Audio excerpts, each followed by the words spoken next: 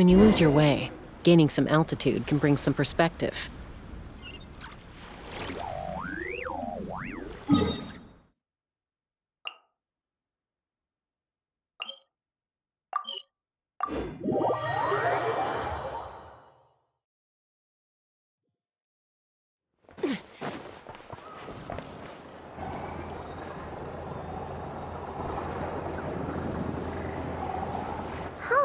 It's been a few days since we said bye to the others in Nasha Town. Still no news about Rarer, though. Where could he have slunk off to? If only he was gone for good. But with all the trouble he stirred up before, there's no way we've seen the last of him. Hello! You must be the traveler in Paimon? Mr. Flint has been looking for you. Unfortunately, there's been a serious wild hunt attack over at the quarry. He thinks it's time to regroup and figure out a plan. The wild hunt? Oh, uh-oh. We better get over there, right away! Come on, let's go!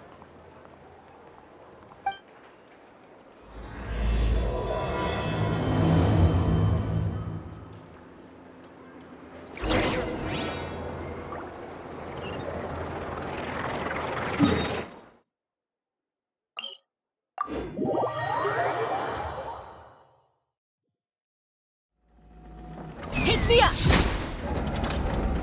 Giddy up!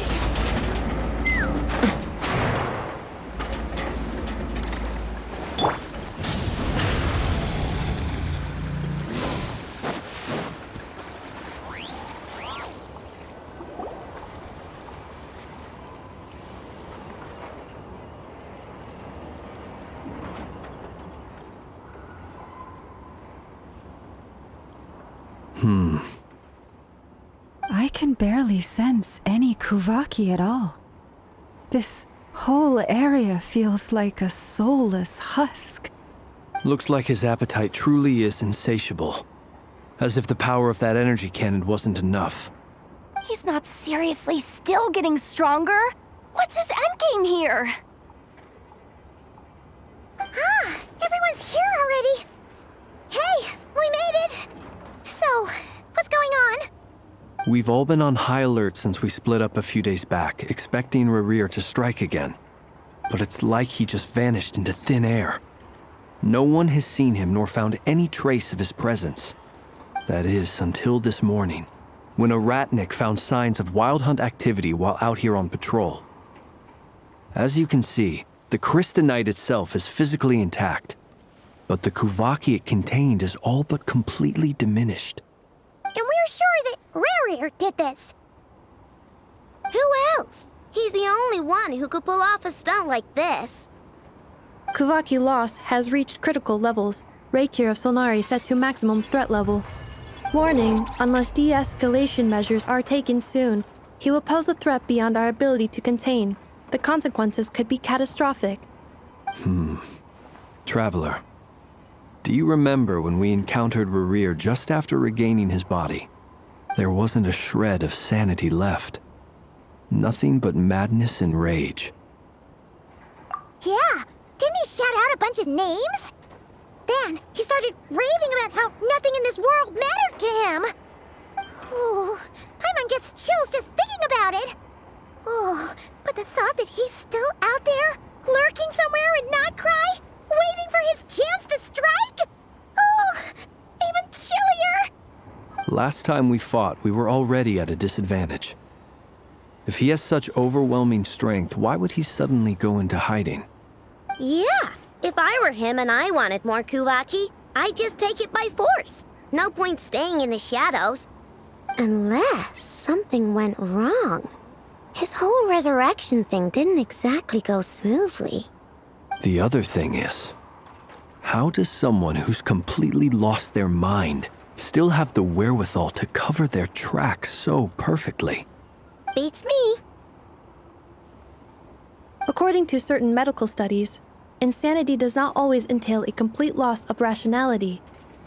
It may be that he is simply living in a world of his own. That actually sounds about right. He was ranting away to himself the whole time, like he had zero interest in talking to us. There are many unanswered questions here. He could be right under our noses, and we'd still be in the dark. Besides his name and title, we know little about him. Certainly nothing about his past, or what he might be hoping to achieve. Exactly. And we wouldn't even know where to begin looking. Even Boss hadn't heard of the Rahir of Solnari before all this. I'd be willing to bet that even if we gathered together every scrap of intel in Nod-Krai, we still wouldn't find more than, like, 3 useful facts about him. So, if we do nothing, he'll just keep getting stronger. But if we want to investigate him, we have no idea where to look. Last time we had Marionette and her big robo-buddy to help us, and we still barely held our ground. If we had to face him alone...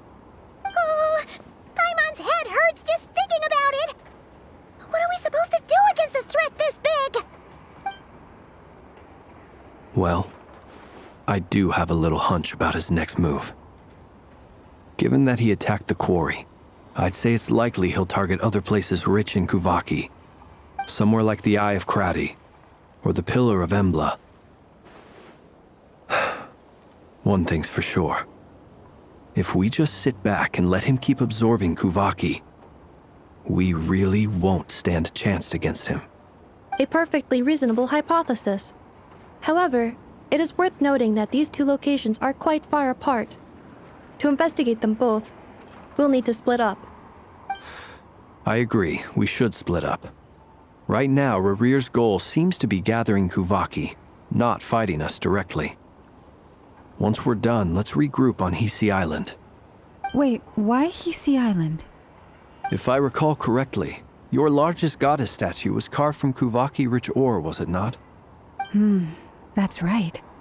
Yes, it could well be a potential target of his. I should head back and start evacuating the pilgrims.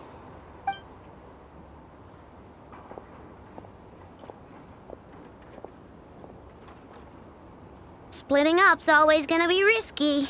But I guess we don't have much choice, right? We're in a race against time here. And if we do run into Rarir, what then? That's when you follow the 3rd rule of treasure hunting. Run like the wind. Didn't you say the 3rd rule was go with the flow? I don't know. Did I? Anyway, whatever. In this situation, go with the flow means go find backup. Agreed. If anyone finds so much as a trace of Rarir, do not pursue him. Get out of the area and alert the rest of us as soon as possible. We need to put safety first. All right, we'd better get moving. Come on, Inetha, let's go.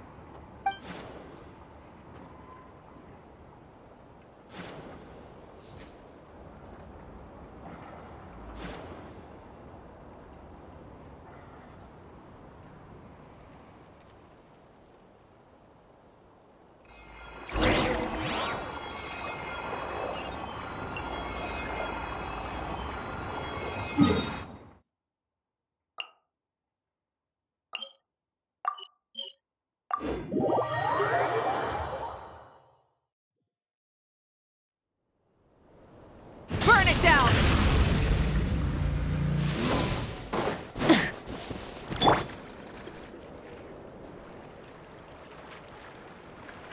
Any leads? Nope. Diddly squat. No clues to where he might be hiding. It's like he's a ghost. It feels like we're sitting on a powder keg that could go off at any second. Oh, I hate this feeling. I'd rather face him head on than be left hanging like this. So, you guys didn't find anything either? Not loving the word either. How about you, Flintz? I questioned a few Ratniki and eventually narrowed my investigation down to one suspicious individual. But by the time I got to his place, he was already gone. Almost as if he knew someone was on to him. Either that, or he's just extremely cautious and doesn't stay in one place for long. He's been biding his time for a while now. The question is, where, or what, is his next target? No idea. Since regaining his body, he seems to have lost all interest in the fragment in my possession. If he did still want it, he's had plenty of chances to take it. All we can do now is hope that Ino and Anefa turn up some leads. Darn it, Rerir! If you've got the guts, come face me one-on-one! Wait, he's actually here? I didn't mean it! I swear! No, it's coming from Silver Moon Hall. The Lady Kutar might be in danger. Let's get over there, quick!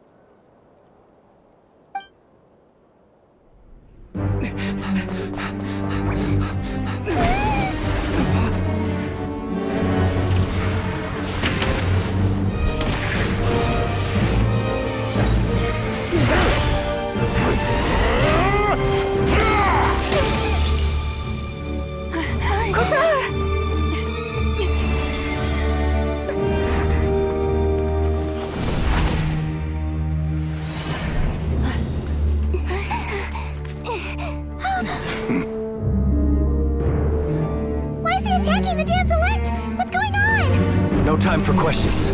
Stop him!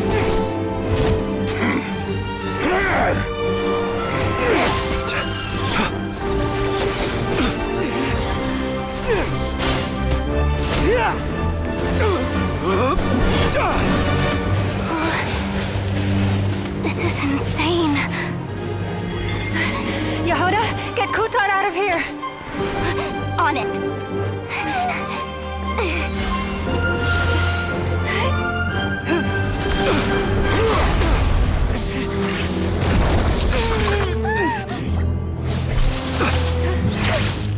Look where your feeble light has gotten you. Now you shall plunge into darkness.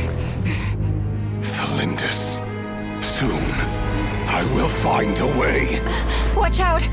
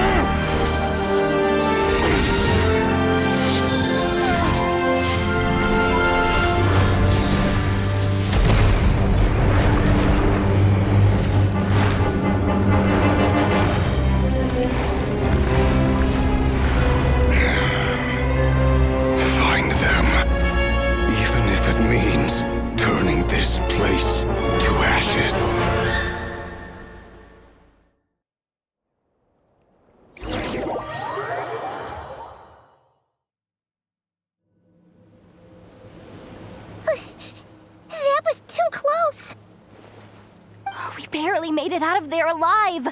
What's that guy's deal? How'd he get so crazy strong? He's a threat to this entire nation. I doubt his strength could even be measured by conventional standards. I have a question.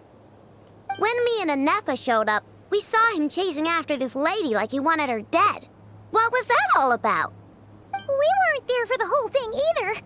They were already duking it out by the time we arrived. Yeah, we didn't see how it all started. It all escalated so quickly, we had no choice but to step in. Kutar, can you shed any light on the situation? Kutar. Cross-checking database. I see. So you're the one that the Frost Moon Scions refer to as the Moon Goddess? Wait, she's the Moon Goddess? Oh, no wonder she looks just like all those statues. There are many reasons why people might worship the moon, and just as many why they might despise it. I've never met that person before, but there was no mistaking his deep-seated hostility towards me. Why he holds me in such contempt, I cannot say. But since he hunts the power of the moon, it's no surprise that I am a target. Kuthar. There are many potential motives. For instance, you help the traveler escape his grasp. This could be his way of taking revenge. It is also possible that he covets the Kuvaki inside you and seeks to take it for his own. The list goes on. But right now, devising a counter-strategy should be our #1 priority. The likelihood of this location being discovered is close to 100%. A counter-strategy? But we don't stand a chance against an enemy like this. Surely our only option is to run. He's not gonna chase us to the end of the world, right? So as long as we can sneak out of Nod-Krai undetected... No, I can't say that. Come on, Yehoda, this is serious stuff. You can't suggest we all just chicken out. Running is our only option. Huh? You seem surprised, but what other choice do we have? We are facing an enemy we cannot possibly defeat in battle. Well, I mean, yeah, but still. It's not too late. I can distract him, so you have plenty of time to make your escape. Wait, what? You're gonna act as bait? Doesn't that make sense? I'm the one he's after. There's no need for you to risk your necks on my behalf. A coyote doesn't stop for bypassers while it's howling at the moon. What is it, Loma? The Frost Moon Scions have already grown accustomed to life without their goddess. My presence here is no longer essential, and this is not my home, so you needn't ask me to stay. We can't just roll over and let him get away with this. That's not our style. Yeah, we can't just call it quits after everything we've been through together. Besides, she'd pretty much saved my life back there. If I just ditched her now, I'd never forgive myself. We can't overlook that you have saved our lives multiple times now. To talk of returning the favor would be a little crass for my liking. But suffice to say that we are friends, and friends look out for one another. River's true objective remains unclear. Even if we were to sacrifice Miss Kutar, there's no guarantee he would stop. But... Kuthar, I know why you left the Frost Moon Scions so long ago. It was because people started treating prayer as a form of trade. They would make self-centered wishes, force you to accept meaningless offerings in return, and then expect you to perform miracles for them, as if that were their entitlement. If it were me, I might have walked away too. But I believe that time can change everything, and that sometimes it takes losing something precious to appreciate its true worth. After much reflection, I've realized that this was never about whether the Frost Moon Scions need you. Any relationship based on need is purely transactional. What I truly hope is that you'll choose to stay, not out of obligation, but as part of our family. You were born here, and now you've returned. Who knows? Perhaps it was the moonlight that guided you home. Thank you, Lauma. But my power is on the wane. I'm afraid I will be of little use to you now. Very well then. I'll do as you say. Both times you saved us, we were transported across great distances in an instant. Is that one of your powers as the moon goddess? It is, but I find it very draining. I barely managed to pull it off just now, and it will be some time before I'm strong enough to do so again. Rejected by the world, my power is dwindling. Like a lake cut off from its source, slowly shrinking away.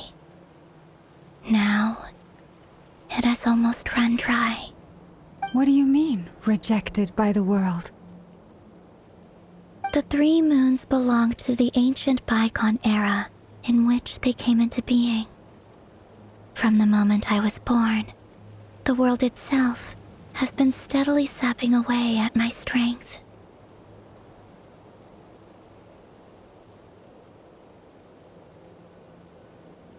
The 3 moons are not one and the same.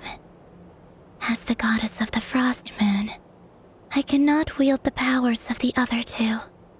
Yet moonlight has a way of blending together. Each can reflect the other's glow. So when our fingers touched, I was able to restore my strength by drawing Kuvaki from the eternal moon's marrow. But this method of recovery is painfully slow. If only we could find the... It's the Wild Hunt! Even faster than we expected. We'll have to finish this conversation later. See how those Wild Hunt creatures are running away from us. They're likely just a scouting party, which means Rerir won't be far behind. Then what are we waiting for? Let's get the heck out of here!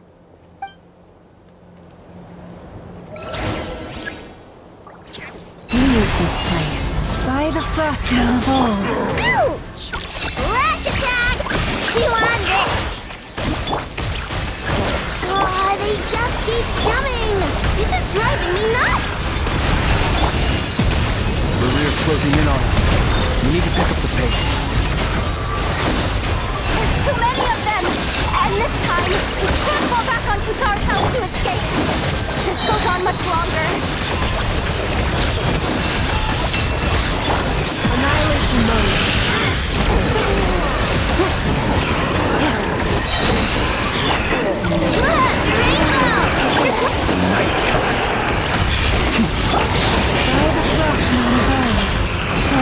Protect us. Ultimatum protocol. Installation chamber deployed.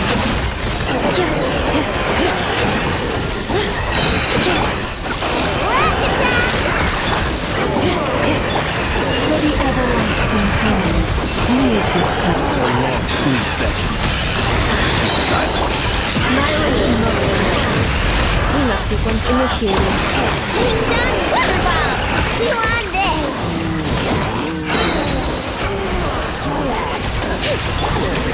One heart, we pray.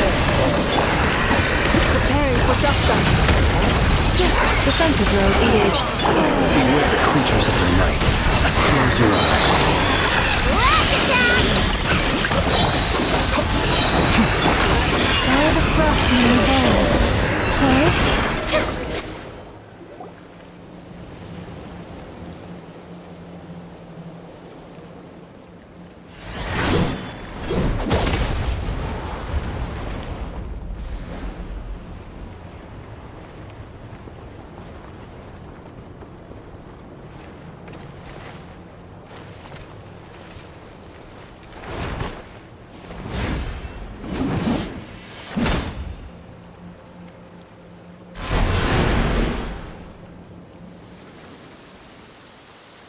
What's the matter? Bit off more than you could chew?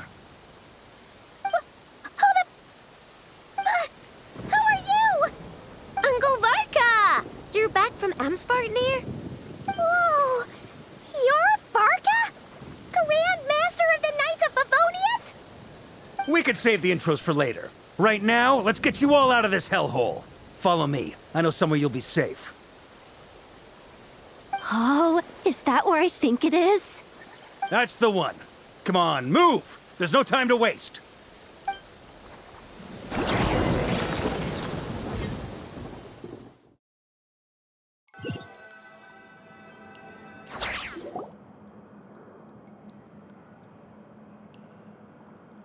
Wow! Where are we? This is so well hidden. Well, that goes without saying. This is the Knights of Favonius' meeting place in Nod-Krai, and a contact hub for the Northern Intelligence Network. AKA, the black market of intel. No matter what faction you're with, it's the place to buy and sell information. Their headquarters are in Nod-Krai, but they've got contacts in every nation. As an expeditionary force on foreign soil, working with them has offered us the most effective way of getting our hands on reliable local intel. This is where we meet, so naturally, it's secure. Anyway, where were we? Folks from Nod-Krai should be pretty familiar with me by now, but I believe this is the first time we've met. Allow me to introduce myself. I am Varka, Knight of Boreas, and Grand Master of the Knights of Favonius. We've heard all about you. This meeting's been a long time coming. You look way younger than Paimon expected, but you definitely have that Grand Master vibe. Well, I'm no spring chicken. Just not showing my age yet. Definitely feeling some of that back pain today, though. Rushed back from Amsfartnir without a wink of sleep, only to get right into another fight with that freshly revived maniac. Another? You mean you fought him before? Yep. He wasn't nearly as strong back then, but he was still a formidable foe. I brought some of the knights along to give him a little surprise, but he saw us coming from a mile off. My squad took heavy injuries, and I barely made it out alive myself. We knew it might have been our last chance, so we staked everything on it. But still, it wasn't enough to stop him. I tried tracking him down afterwards, but he didn't leave a trace. Even in his unhinged mental state, he's as cautious as any trained operative. So, I decided to come find you. And as luck would have it, turned up to find you being ambushed by the Wild Hunt. The rest, you already know. Is that why he's been frantically absorbing Kuvaki these past few days? Because he sees you as a threat? Maybe I'm part of the equation, but even if I weren't, I'm sure he'd still be gathering power. He's clearly working up towards something. Note to self, Uncle Varka's strength rating officially upgraded. Guess it's my turn to ask questions now. So, what exactly has been happening in Nod-Krai? Why is the Wild Hunt returned in humanoid form? And why is it after you? That's a long story, but I'll try to make it quick.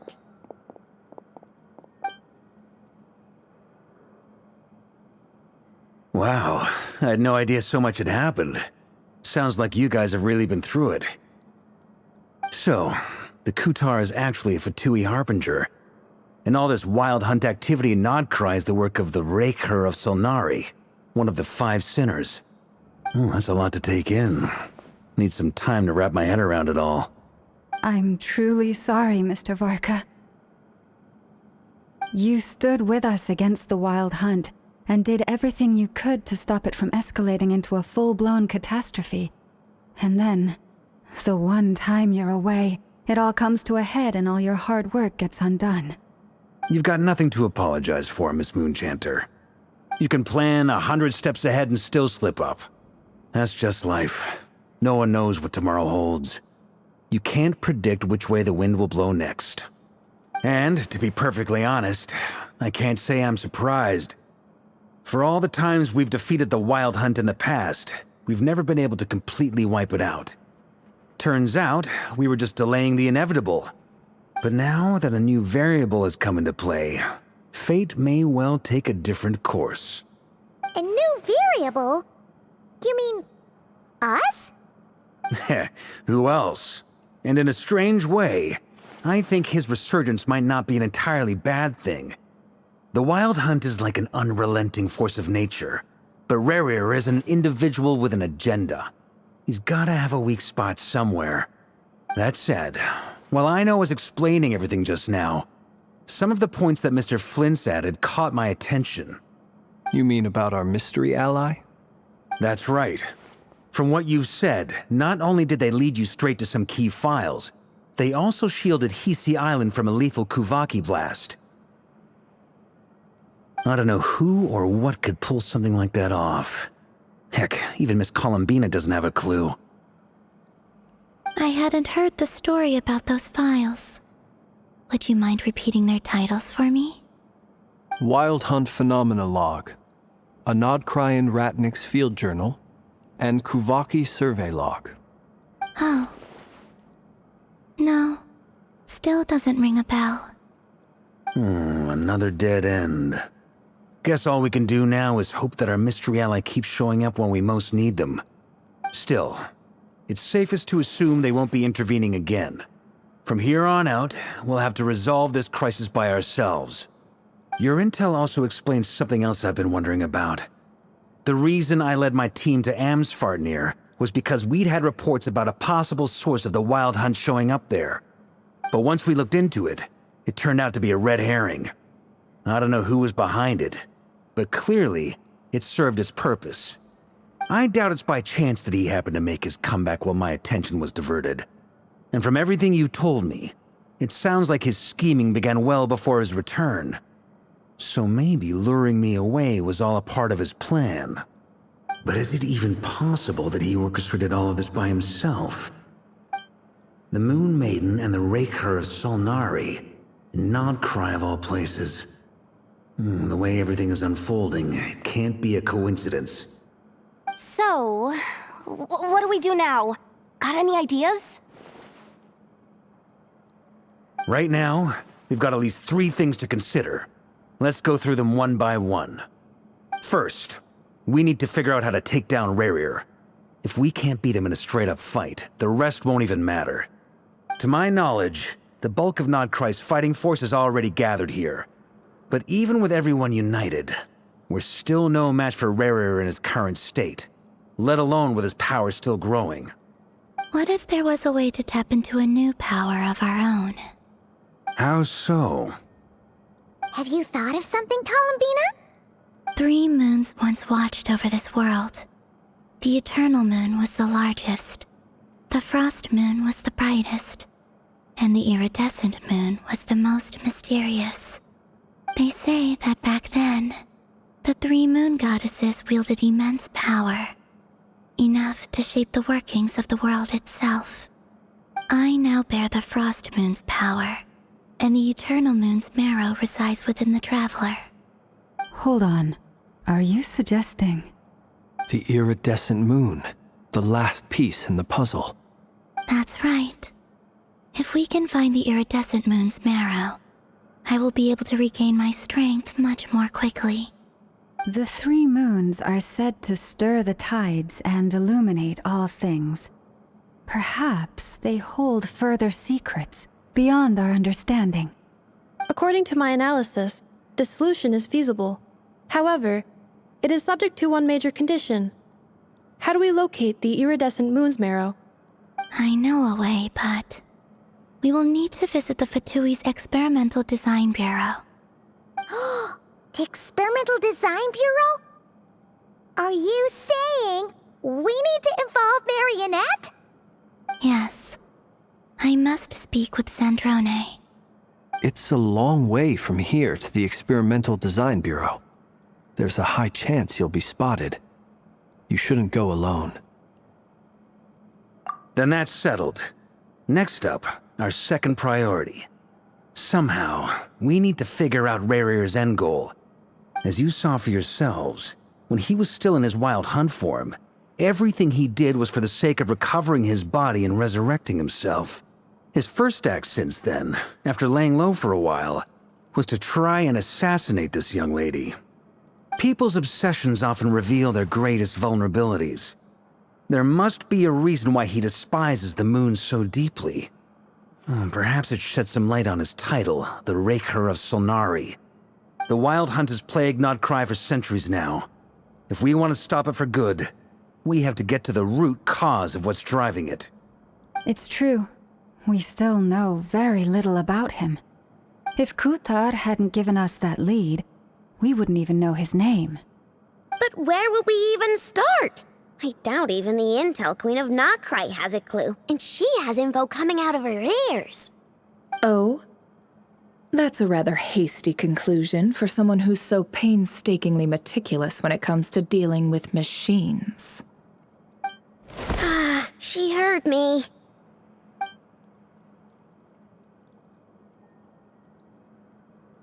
Boss! What are you doing here? I'm now asking myself the same question.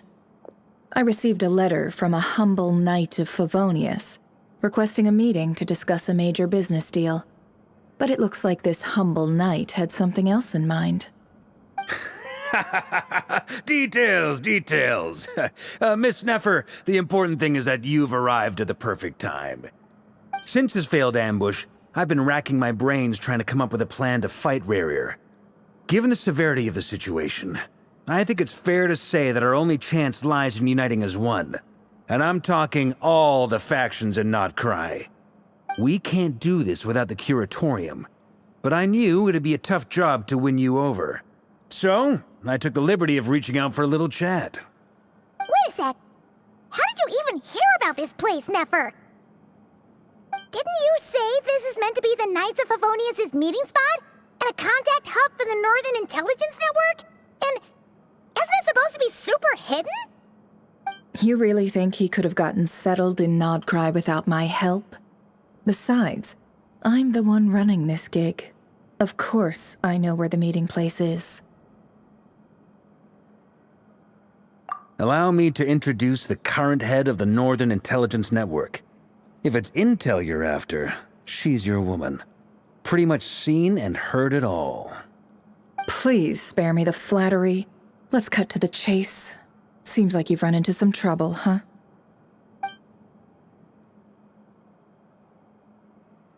Well, this certainly qualifies as an unforeseen crisis. On behalf of the Curatorium of Secrets, I wish you all the best of luck. So you're just going to sit this one out? Why should I get involved? What could possibly be in it for me? What if we told you we can't do this without you? Oh? Then I'd say, you'd better make it worth my while. I don't work for free. I can't put a price on something like this. It's just not in my nature. But then again, you and I have always been polar opposites in this regard. So I can't exactly say I didn't see this coming. If you insist on compensation, I will pay you. Consider this a formal commission. Sound fair? You just don't give up, do you? Too bad. I know you well enough to know you can't afford my prices. The riskier the job, the more it'll cost. And a moon chanter's stipend isn't exactly generous.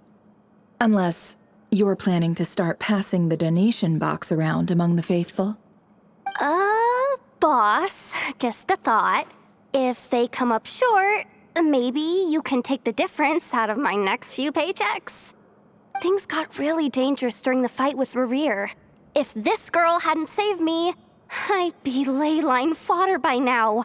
I'd be gone for good, boss. If there's any way we can make this work, I'd really like to help her. Please, I'm begging you. This is why I'm always telling you never accept favors. They are the hardest debts to repay. You have to be careful who you get involved with, or you invite all kinds of misfortune. Very well, Yehoda, I will help. But just this once. Don't count on this happening again. Flins, that fragment that Rarier was after, do you still have it on you? Of course. Let me borrow it. I need it to follow up on some leads. Wait, you actually have some leads? Shh. This is top secret information. I get it. We all have things we'd rather keep to ourselves. Plus, I know we can count on you, so we'll leave the intel gathering in your hands. And that brings me to the third and final item. We need to find a way to distract him. We need time to make our move, so someone will have to stall him. I'm in for this part, no matter what. Anyone coming with? Count me in too. Come off it, you two. Quit playing heroes. I'm way ahead of you here. Nefa did a scan of the Moon Goddess's Kuvaki signature, and we're gonna use it to make some decoys over at the Kramkake craft shop. Anyone who's in, follow me. Once they're ready, we'll deploy the decoys across Nod-Krai. So as long as the rest of you keep moving, he won't catch on to your scent and won't be able to track you down. I like it. Genius idea. No biggie. All right then, we'll split into 3 teams. Once your team has finished their mission, return here and wait for the others. Dismissed!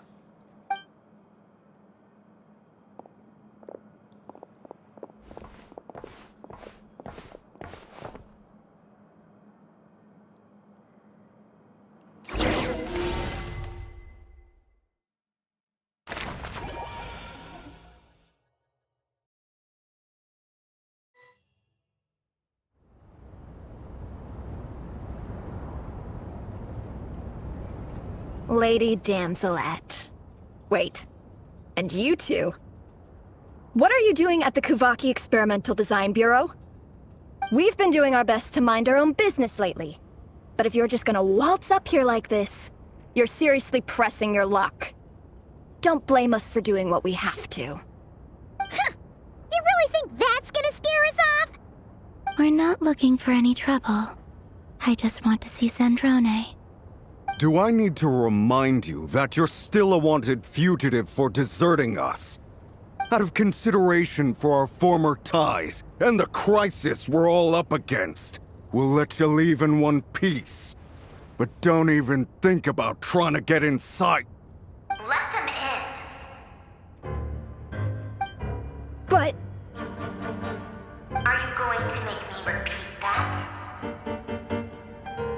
No, my lady. Zandrone seems to be in a good mood. Must be maintenance day.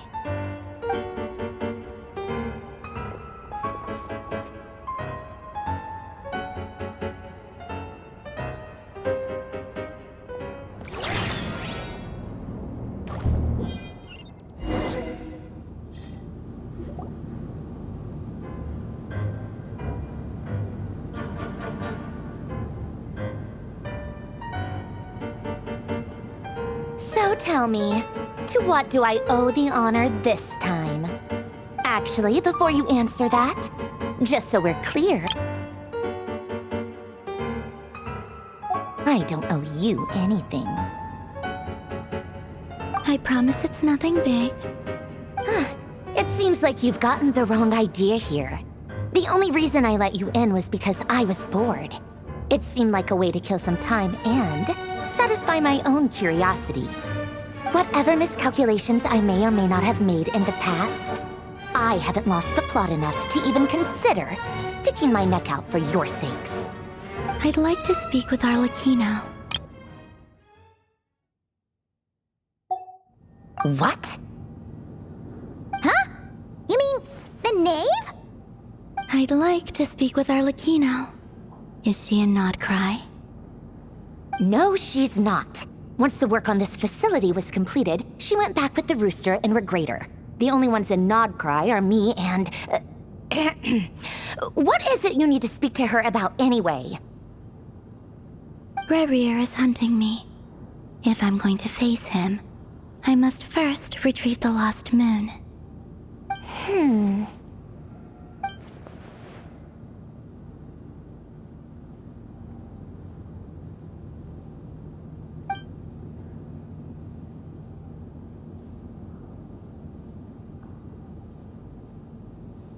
Is that a no, then?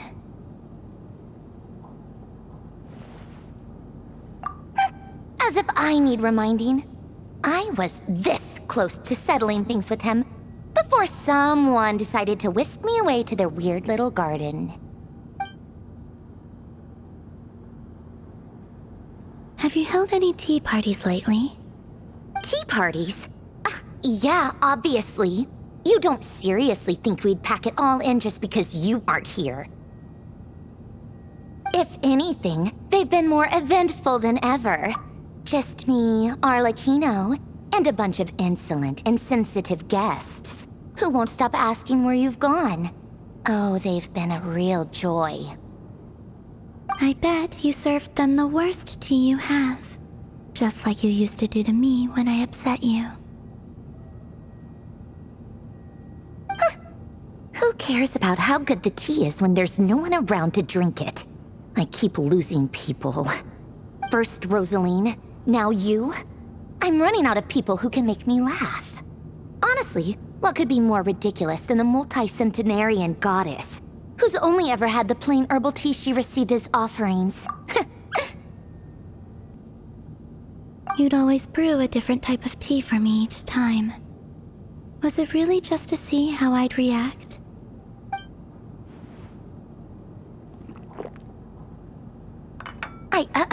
Well, duh. Why else? Watching you squirm was practically my only form of entertainment.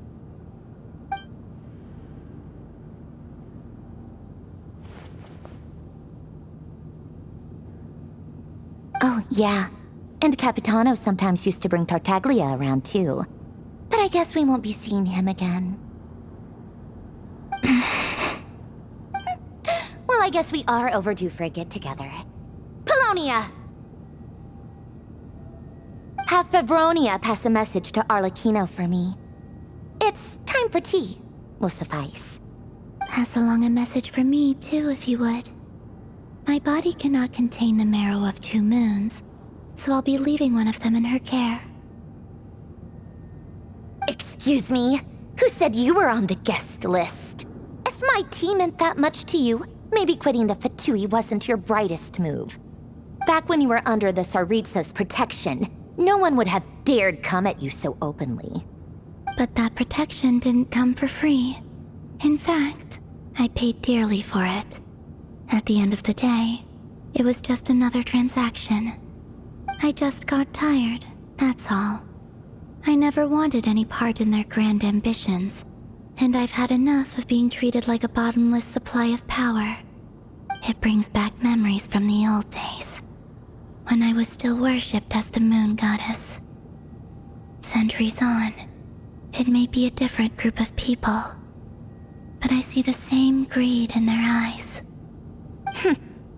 I figured you'd leave eventually. You didn't have as much of a reason to stay as I do. The Tsaritsa gave you shelter and protection, but that was it. Nothing more, nothing less. Meanwhile, the Fatui demanded everything from you in return, until it was more than you could bear. I get why you left. And frankly, I have no interest in dragging you back just because the higher-ups told me to. But if you keep hanging around with this riffraff, the next time we cross paths, we might be enemies for real.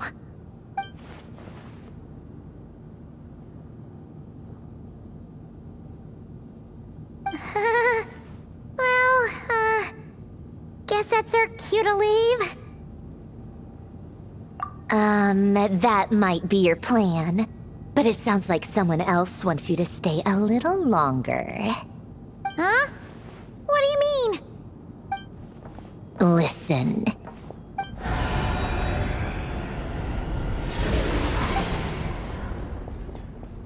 My lady, it's the Wild Hunt. A horde of monsters is headed straight for the facility. Another uninvited guest trying to crash my tea party. Clear the area! I'll handle this. Wait, what? You want us to leave you here by yourself? You'll be lucky to make it out of this alive. You really think you can afford to worry about me? Go on, get out of here. You may have stopped Polonia from crushing him last time, but I've made sure that won't happen again. The entire Experimental Design Bureau is rigged for war. Stay and watch if you want, but it'll be at your own risk. You're not flagged as friendlies in a weapons system. Don't tell me what to do! Look, if you're leaving, make it quick. Or you'll just get in my way. There's a secret passage on the 2nd floor. It'll take you right to the plains out back. Stare all you want, Columbina. You're not getting another invitation to my tea party. I know.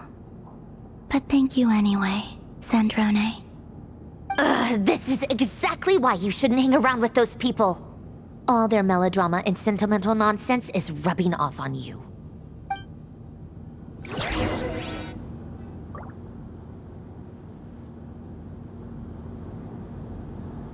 Come on then, Mr. Ray here. Let's pick up where we left off. It's your Wild Hunt monstrosities, versus my beautiful creations. Let's see who comes out on top.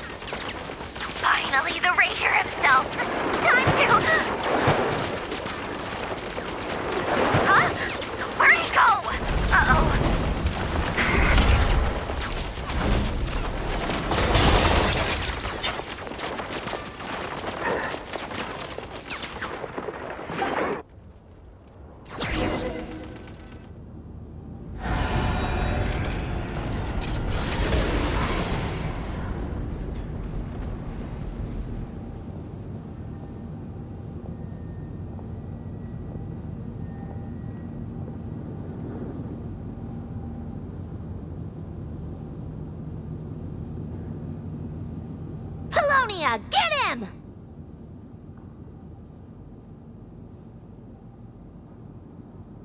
I've upgraded Polonia again since our last encounter, and uploaded every last scrap of your data. So let's finish this, once and for...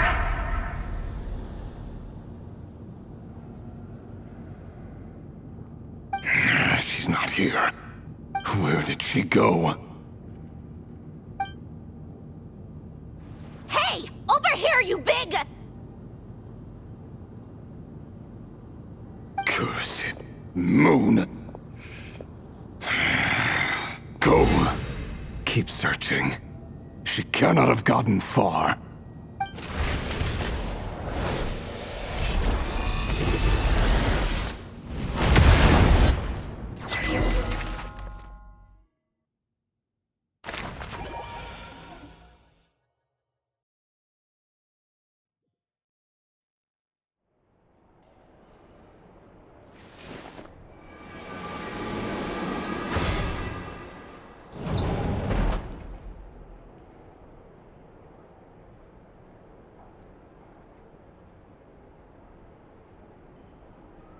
So this is your method for investigating Rarir's past?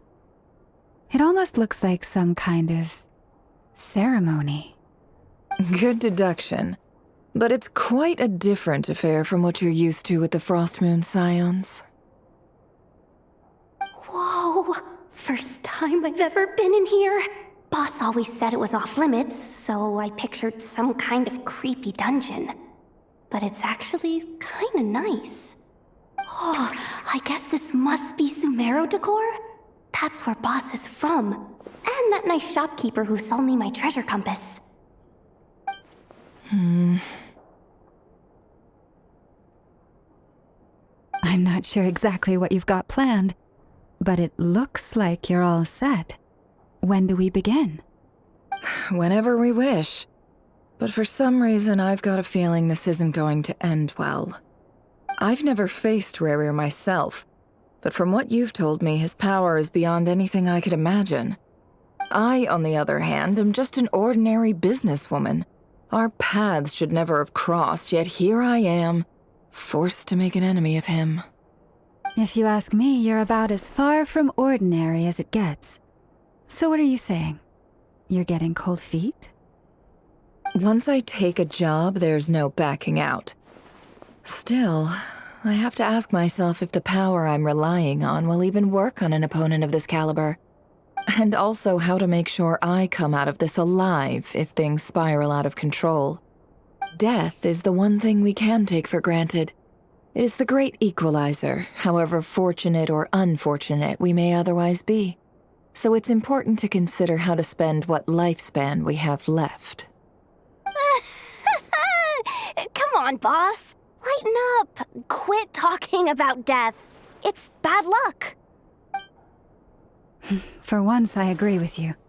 When you're up against a foe like Rarir, there's no such thing as being too prepared. Is there anything I can do to help? That won't be necessary. I've already made up my mind. Time to cash in a precious favor I've been saving for a rainy day. Yehoda, I need you to find someone for me. The sooner the better. Find who? That shady merchant who sold you an overpriced treasure compass the other day. Come on, boss. You're pulling my leg again. In what way is she shady? She showed up when I was completely lost and sold me a neat little gadget that was exactly what I needed. Trust me, she's a good person. Anyway, I know who you're talking about. Don't go anywhere. I'll be right back.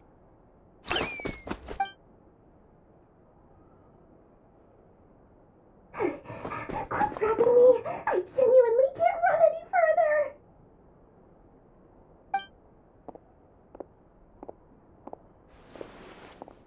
Hey, aren't you? What is it? What's the big rush? You dragged me out of a dream where I was literally swimming in Mora. I'm charging double my usual attendance fee. See, look how easygoing she is. After that rude awakening, she could have completely snapped at us. But instead, she kept it together and just asked for an extra fee. Dori Sangama Bay? I never would have pictured you two doing business together. If you want to make it big in Nod-Krai, it's all about connections. Lady Nefer just so happens to have a lot of intel that interests me. And she also did me a big favor in the past. It was back when I first arrived in Nod-Krai. My trusty assistant, the genie in my lamp, had an adverse reaction to the Kuvaki and fainted. And wouldn't you know it, that's when I suddenly find myself in a life-or-death situation. Good thing my compatriot was there to swoop in and save the day. I've been giving her a 30% discount off all of my goods ever since. Now, so that no one here feels left out, I'm willing to extend a 20% discount to fellow friends of Boss Nefer. Plus, any other friends you send my way will enjoy 10% off. What can I say? The great Lord Sangama Bay is nothing if not generous. So, let me guess. You've run into some trouble? I've got everything you could possibly need, and the more you buy, the more you'll save. You guessed correctly. What have you got in the way of survival gear? The one type of gear I've never been short on. What are you looking for? A jetpack fresh from the Academia's labs? An ancient suit of armor dredged up from the bottom of the sea? At the very least, I need to know what kind of opponent you're dealing with here. If even you're worried about staying alive, it must be pretty serious. What if I told you it's someone with the power to bring a nation to its knees? Is that so? Then we really are talking top-shelf treasures. I don't have anything like that in stock right now. I'll have to ask my supplier. Your supplier? A powerful woman, make no mistake. I can't reveal her identity, but luckily for you, I hear she's planning to visit Nod-Krai in the near future. If you're willing to wait, I can ask her when she's here. Can't say exactly how long that'll be, though. Then, let me put it another way. What would you do if you encountered an enemy like that? Roll over and serve yourself up on a silver platter? Of course not! I have a handy little trinket from one of my generous suppliers, which... Hold on. What exactly are you getting at? No! This is for my personal use only! Let's just say I'm borrowing it, all right? Just for insurance purposes. You'll get it back later. Favors are the worst kind of debt to owe, and now you've got a chance to repay one. A win-win situation, don't you think? Fine. You can borrow it for 5 days. No, make that 3. And for every extra hour after that, I'm charging you 1 million mora. Deal? Deal.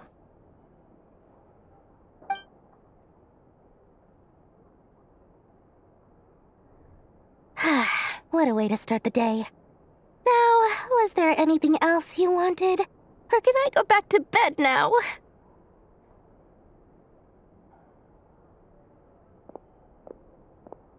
That will be all. Take care now. Don't trip up on your way back, friend. See you later! You're my favorite shopkeeper.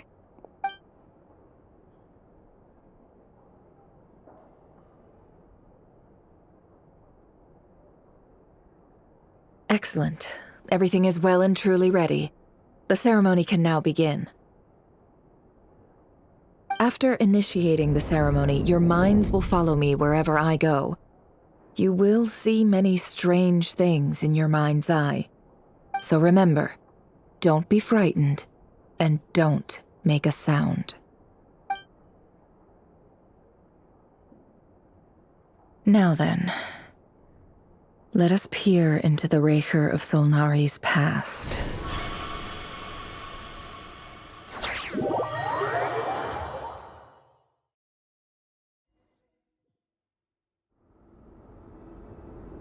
I made it. I don't recognize this style of architecture. Must be Conrian. Simple furnishings, table and chairs. It's a more ordinary house than I might have expected. Looks like the fearsome Raker of Solnari came from surprisingly humble beginnings. Unless this passed for luxury in Conria. Unlikely. It was said to be a very prosperous nation in its heyday. Anyway, I'll keep exploring.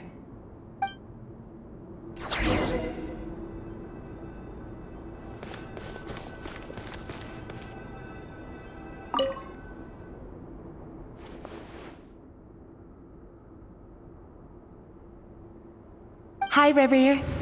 Since you're working extra hours tonight, I thought I'd keep myself busy by checking out that new kebab shop. I've heard good things about their menu.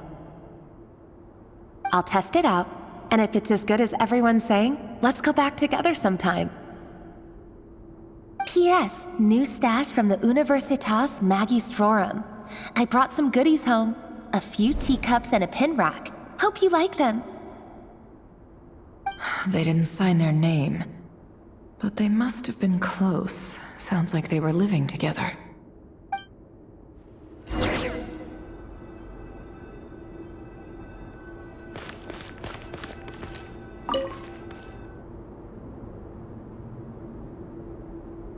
I went over to Joseph's for drinks today.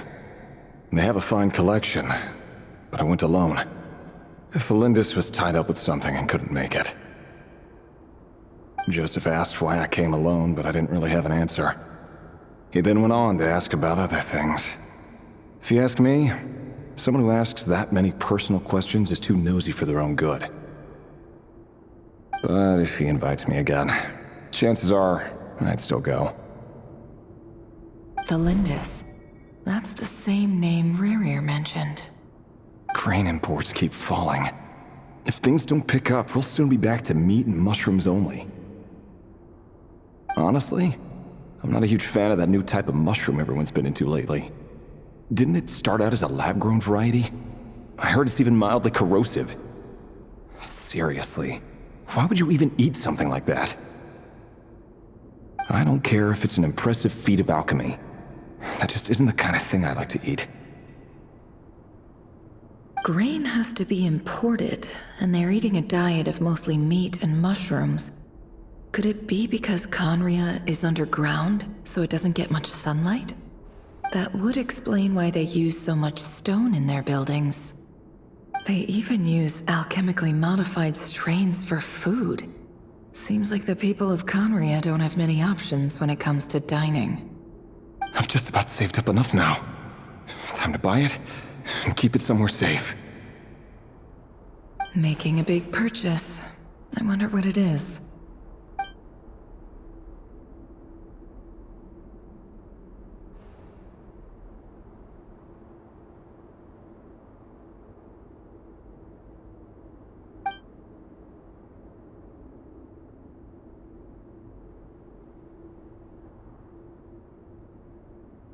He really is a professional. No wonder he's so good at covering his tracks. Despite what he's become, it seems like he's retained certain habits, at least in this regard.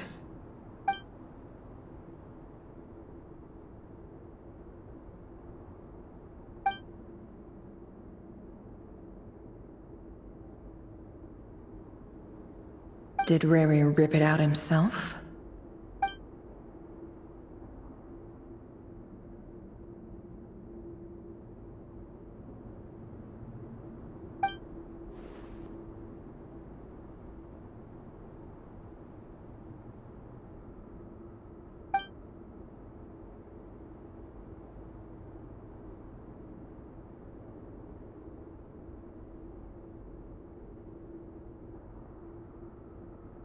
Before I met you, I was convinced that my heart was nothing more than a stagnant pool. The burial place of a fallen moon. A withered, windless grove where the waters rested forever unrippled. It was you who helped me see that my heart hadn't entirely withered away. That it could still beat to the rhythm of love. This is just trivial sentimentality from the looks of it. Why would he go to the trouble of hiding that? The burial place of a fallen moon.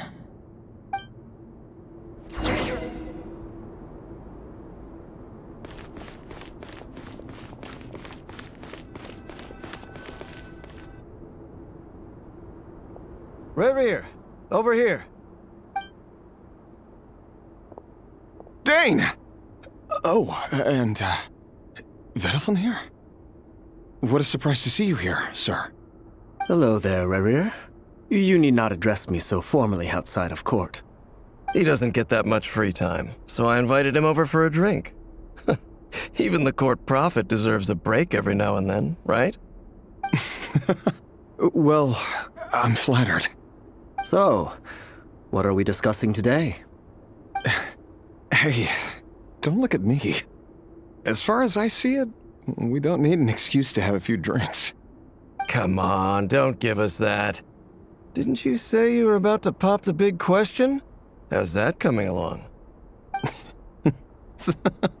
Who'd have thought the great Twilight Sword was an even greater gossip? I just didn't expect you to be the first one to settle down and get married, that's all. Yeah. If you told me that a few years ago, I wouldn't have believed you either. So, are you planning to come clean about your job then? I'm guessing you still haven't told her. Sure, I'll have to tell her at some point. But I'll need to pick the right time and place. To be honest, I have no idea how she'll take it. Come on, stop being such a pessimist. For all you know, she could be thrilled. I bet she'll be much more impressed by your actual job than the one she thinks you're doing now. A member of the King's Guard. Quite the cover story. Does the king himself even know? Of course he does. Anyway, enough about me. How have you been? Me? Same old, same old. Nothing much to... Huh? What's up, Ved? It's nothing. Vediflin, Dainsleif's elder brother. Renowned throughout the court of Conria as the Visionary, and said to possess a wisdom far beyond the reach of any ordinary man. And yet, despite the gulf between us, he seems to have something to say about me. Does he even know me? Does he see me as a friend of his brother, or just another of the Vinster King's blades? Why did he react so strongly? Was it really to do with what we were talking about? Brown, curly hair and brooding blue eyes. So this is what Rerir looked like back in the day. Perfectly normal. No different from anyone else.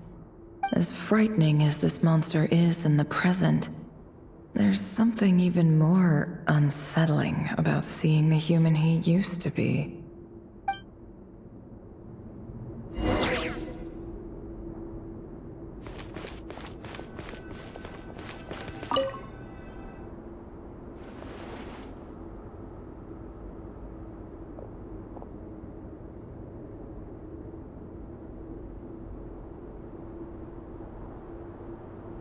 Felindis? You're back early? Our equipment's being serviced today, so I got off earlier than usual. How's your day been? Aw, why the long face? Is something the matter? Has your boss been giving you a hard time again? Went for a drink with Dane and the others after work. Isn't that a good thing?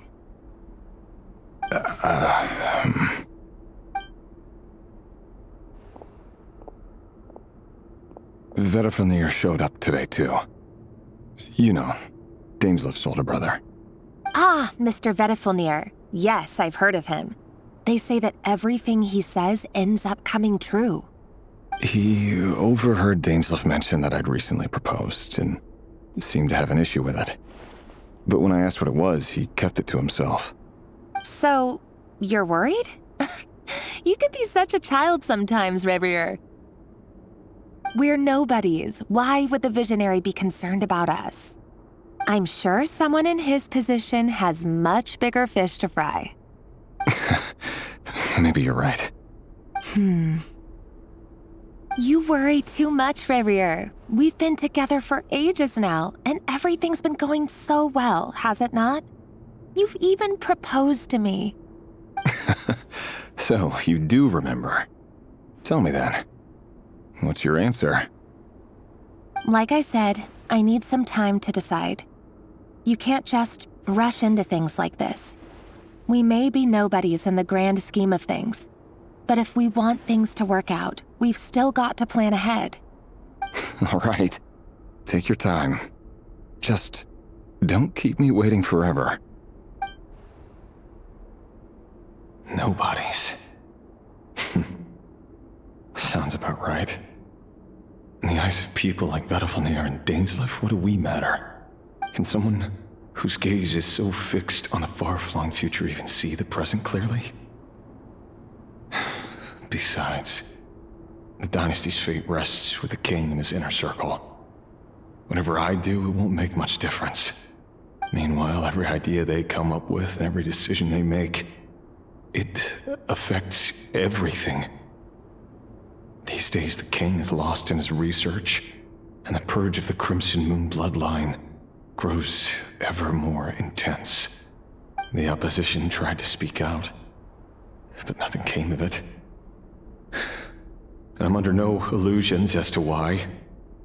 Because we eliminated them and got rid of their bodies. A man can have 1,000 reasons to carry a sword, but there are few good excuses to use it. Yet the king has never even considered a gentler approach, and he never will. What becomes of someone who kills on another's behalf? Can he ever find true peace?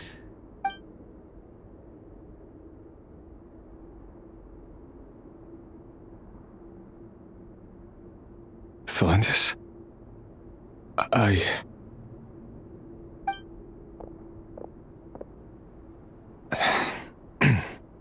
It's nothing. You were right. Fate has never smiled upon nobodies like us. But by the same token, it's unlikely to bear a grudge against us either. There's no reason we can't keep living happily together, cherishing the simple joys of each day as they come. See? You just need to stay positive, Revere. I can feel your warmth, your breath. You're right there, right by my side.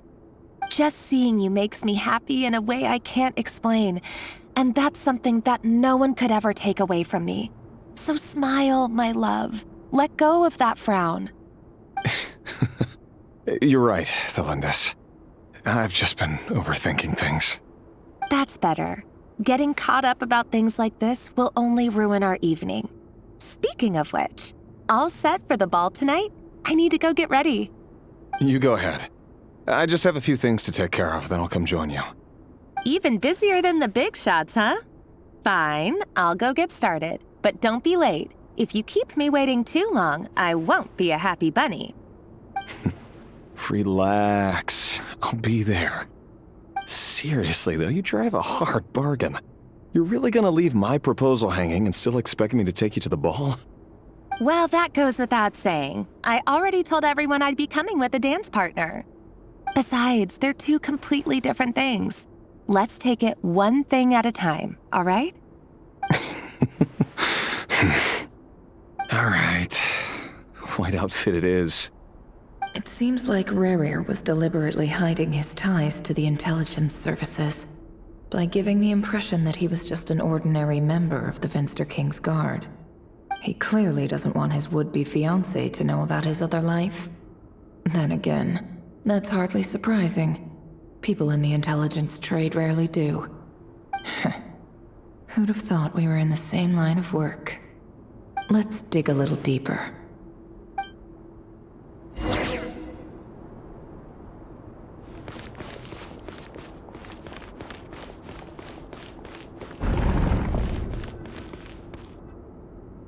Our last operation was a resounding success, and all thanks to you, Rehir of Solnari. In total, we apprehended 32 dregs of the Crimson Moon, and 67 accomplices. After all these years since the dynasty's fall, so many of them still linger on. Indeed, it cannot be denied. Yet it was destiny that the Crimson Moon should be overcome by the eclipse, and that His Majesty, the all-seeing Venster King, now guides our nation on the path to prosperity. Khaenri'ah has no further need for a dead moon. But alas, there will always be those who refuse to see the truth, choosing instead to romanticize the past. That's not entirely true. Much about the Crimson Moon era was worthy of remembrance. And that's exactly why they keep trying to see it restored. Many of its secrets remain unsolved to this day. As it happens, that's precisely the field of study my partner is devoted to. You still haven't told her what you really do for a living. Where would I even start? How do you tell someone that you're one of the king's hand-picked executioners? That your hands are steeped in blood? You didn't choose this life, any more than I did. Orphans like us don't get a say. But I'll sure as heck be the one to pay for it. Speaking of which, we need to be more rigorous in the way we identify direct descendants of the Crimson Moon. Someone, it seems, has strong opinions about my future plans. Most likely my marriage in particular.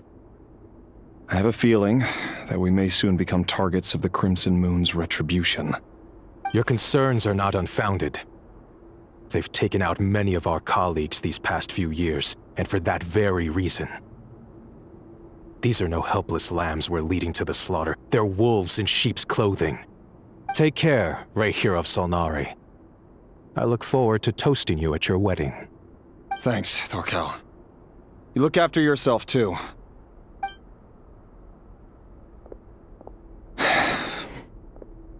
Thelindis, I never wanted to keep this from you. You're the last person I would ever want to lie to. But that's exactly why I can't tell you everything. There are things you shouldn't know. Things you cannot know. The moonlit dynasties are a thing of the past. Yet even now, with the sun shining high in the sky, there are those who would call forth a dead moon's ghost. Could that be why Vedalfnir held back? Or was it because of some court secret he's not at liberty to share? I have to get a clear answer from him. No matter what happens, I will protect Thelindis. Rarir seems to be very concerned by Vedalfnir's reaction. Vedalfnir and Dainsleif, the Visionary and Twilight Sword. So that's what they were really like. I've investigated this whole area now. There doesn't seem to be any other memories here. Should I try somewhere else?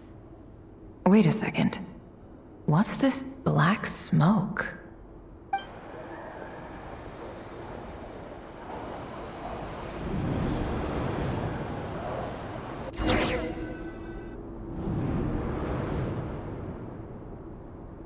So, he's late after all. Just you wait, Rarir. You're in for it. Big time. Are you waiting for someone, ma'am? Could I tempt you into buying some flowers? Oh, sure. Pick me out a pretty bunch if you would. Thank you. But I'm afraid none of them are as pretty as you. For someone so young, you sure have a way with words, don't you? I'm only telling the truth. Look me in the eyes. You'll see I'm not lying. May we have a word in private? Who are you? And what do you want? It doesn't matter who I am. Too many of our kind have fallen lately, so I decided to take the risk of reaching out. Not long ago, the Rahier of Solnari led an assault on one of our strongholds. We suffered many casualties, and many who came to our aid lost their lives as well. Sorry, I don't know why you're telling me this, and I don't want to get involved.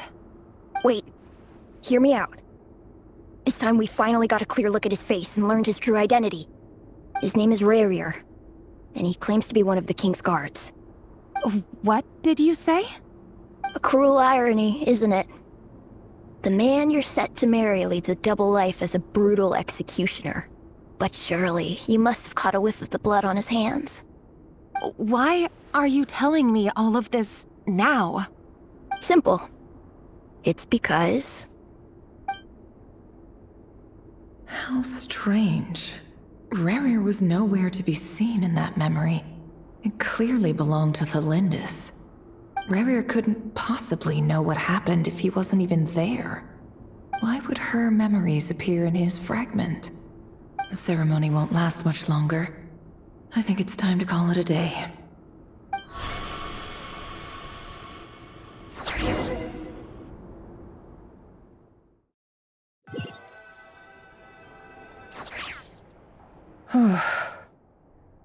So that was your doing? Did you just pull us inside Rurir's fragment to spy directly on his memories? Any more questions, and I'll have to start charging. I had no idea you could do that, boss! Seriously, that was amazing! We're not worthy. We're not worthy! I gotta admit, though, I'm itching to see what happens next. Feels like we barely scratched the surface. I'm just as curious as you are, but the ceremony only allows for limited time inside. That's all we can see for now. Luckily, we managed to learn quite a lot. So far, so good. I just hope the others are doing okay too. Especially the group with the Traveler. Their mission is a risky one. Let's hope it's all going smoothly. If you're worried about them, go see how they're doing. If I know boss, she's gonna need some time to write up all the details and make sure it's all coherent. I'll stay behind to lend a hand, but feel free to head back and meet up with the others.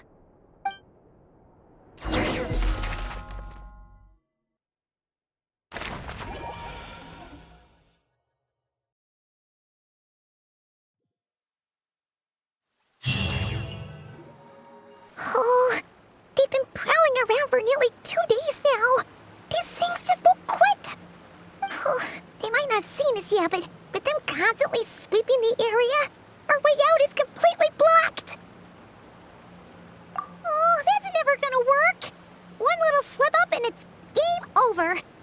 If they spot us, they'll run straight back to Rear. And once he knows we're here, it won't be long before he's breathing down our necks again. Oh, guess you're right. All right, time to zip it.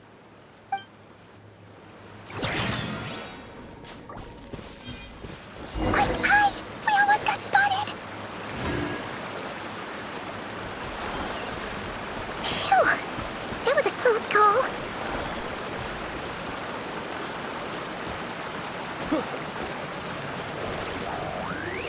Watch out! He's coming this way!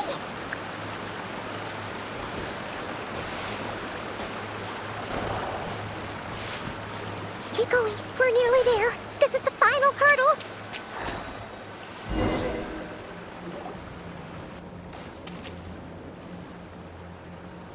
Oh, there's no end to these things.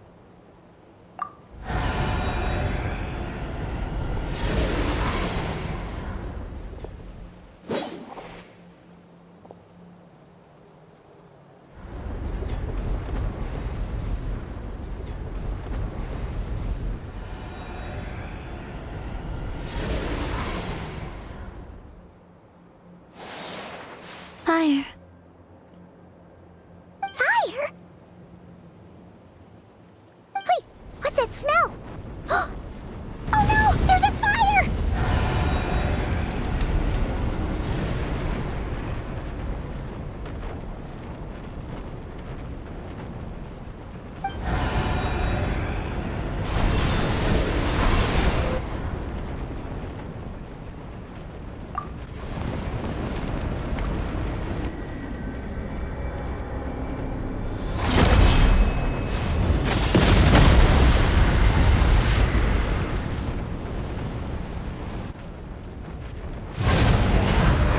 Zandrone was right. You look weak, Columbina. The old you would never have let such lowly creatures bar your way. Word has it that you did something for the Tsaritsa, and that's why you've lost most of your power. Freedom comes at a heavy price, doesn't it? It's Arlecchino! You came! Hello again, Columbina. And greetings, guests of the House of the Hearth. It's been a while, Arlecchino.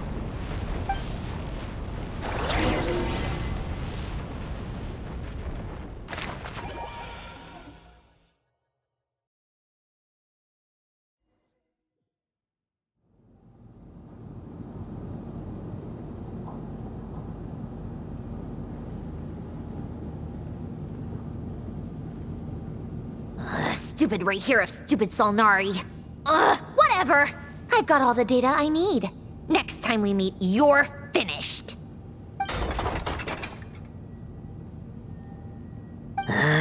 He sure doesn't pull his punches. Excuse me, do you need a hand? You can do me a favor by staying out of my way. Can't you see I'm busy? Wait a minute. I recognize that voice. Hello, Miss Sandrone. Father sent us over to help. How considerate of her. Hey, Fremine, get over here and help me fix this. Lenny, you do your thing. Just keep your sister away from my machines. Nearly every machine that cat girl touches ends up going haywire. Go put her on cleaning duty or something.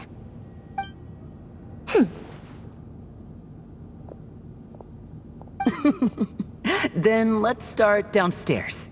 Fremine, we'll leave this place to you. You've got it. Wait a second. Pretty sure there's still some tea in the cupboard. If you want some, you'll have to make it yourselves.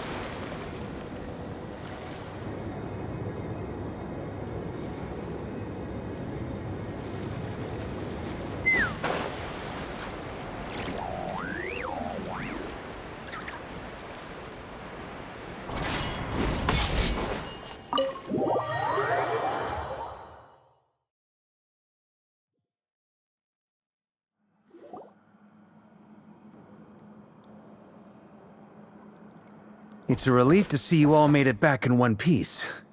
Huh? Feels like there's quite a few people missing. Where's Flint's and the others? And what about Nefer? I returned ahead of them.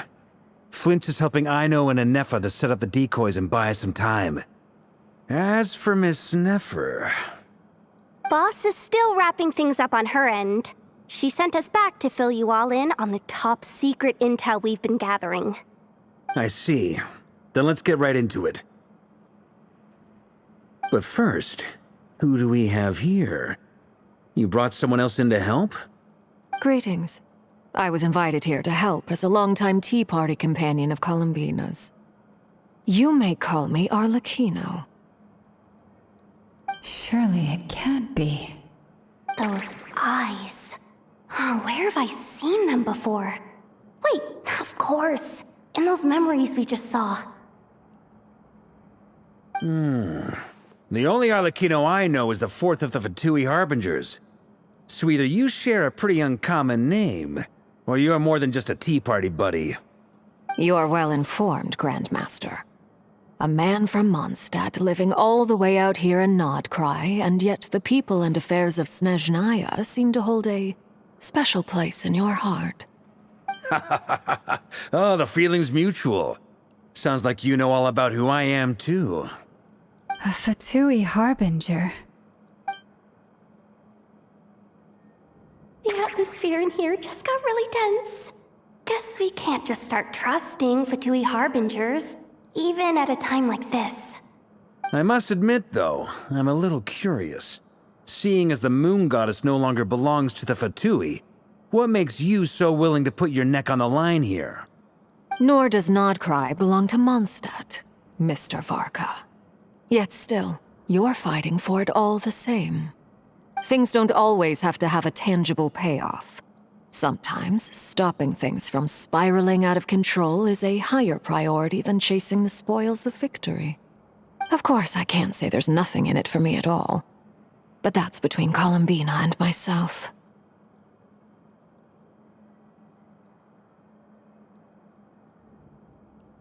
Forgive me. I don't mean to doubt you. It's just that the Fatui really have been the source of many of our troubles. We have our own way of doing things here in Nod-Krai. But ever since they arrived, The Fatui have treated us with nothing but hostility.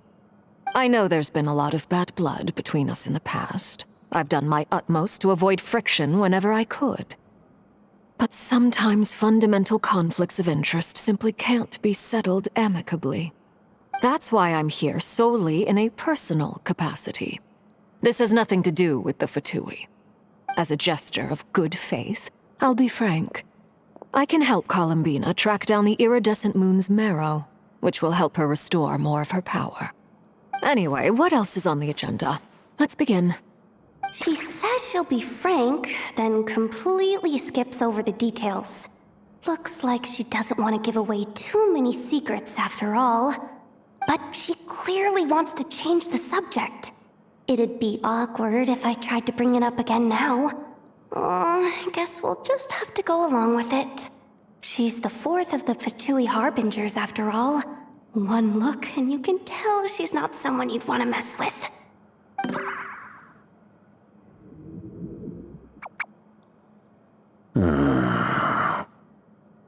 Well, since Miss Arlecchino sounds confident in her ability to handle that, we'll proceed to the next topic. Yehoda, time to share that top-secret intel. All right, listen up, everyone. First, we now know that Rerir was originally a Conrian secret agent whose primary mission was to hunt down and assassinate the so-called Dregs of the Crimson Moon. The Dregs of the Crimson Moon? Mm-hmm. In the memories, there was a lot of talk about the Crimson Moon and Eclipse, and a whole bunch of other stuff from the time of Conria. To my knowledge, those were the names of 2 different Conrian dynasties. Long, long ago, it is said that the people of Conria worshipped the Crimson Moon, drawing a mysterious power from its reflection. But one day, a coup saw the Crimson Moon eclipsed, hence the name of the new dynasty that replaced it, and how it became the new emblem of Conria. Still, long after the Crimson Moon dynasty had fallen, the last ruler of the Eclipse dynasty, the Vinster King, still coveted the secrets it left behind. So, he sent the Rehir of Solnari to secretly hunt down the Crimson Moon's few remaining followers. In those days, Rerir showed no signs of madness. In fact, he was as normal as any other person. Oh, and he had a fiancé, or at least a would-be fiancé, called Tholindis. What's the matter?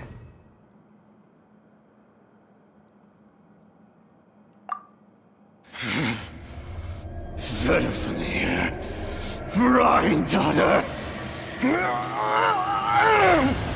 Tholindis.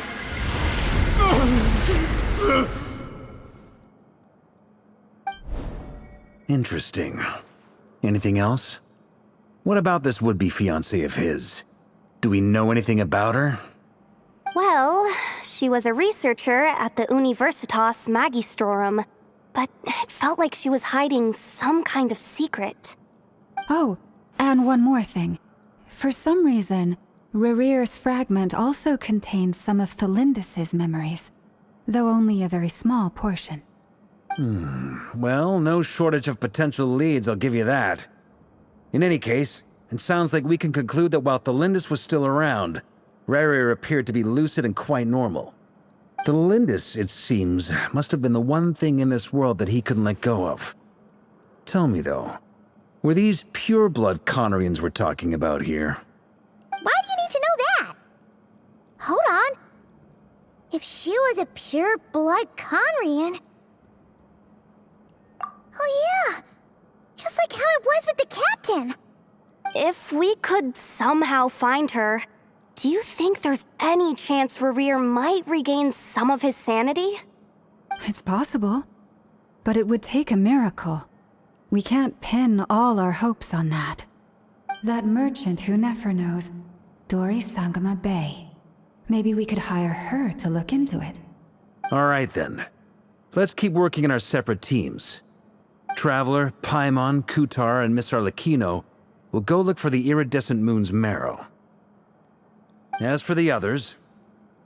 On the way over here, I noticed that the Wild Hunt monsters had grown even more frenzied in their search for Kutar. At this rate, the people living here will be in grave danger too. So I'm thinking of gathering together some of our followers to go wipe them out. I'll head back to the curatorium and meet up with the boss. Feels good knowing we've all got something to be getting on with. Given that the Wild Hunt has been a lot more active lately, the Lightkeepers have likely begun their own operations too. If that is the case, someone will need to pass the news on to Flint's. I'll hold the fort for now, then discuss our next move with Flint's, Aino, and Anefa when they get back. All right then. Well, the clock's ticking. If that's everything, we'll be on our way. We'd better get moving too. We'll try to buy you as much time as we can. Relax. Just do your thing. Now, I decided to call in some backup since things are getting so hairy. Our reinforcements should be here any minute now. Stay safe, everyone. Dismissed.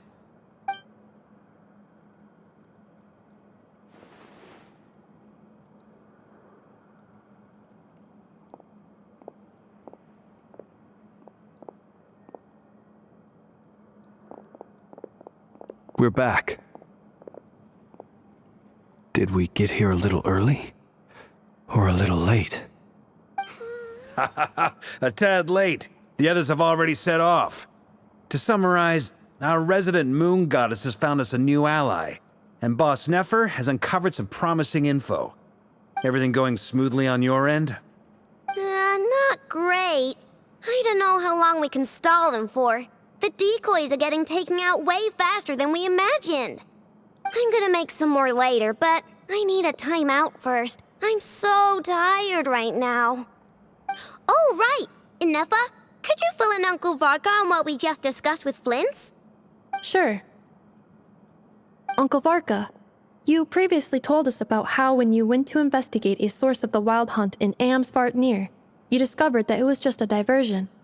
But according to Flint's intel, several outbreaks of the Wild Hunt had already occurred in Nod-Krai in the period leading up to that. That was before Rerir had regained his body, when he was far from regaining his full strength. In other words, in theory at least, he still lacked the means to act in two places at once. Flint's, with everything that's been happening, the Lightkeepers across Nod-Krai are rallying to fight back against the Wild Hunt.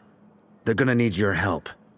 I know, I'm sure you're capable of coming up with something far more effective than decoys.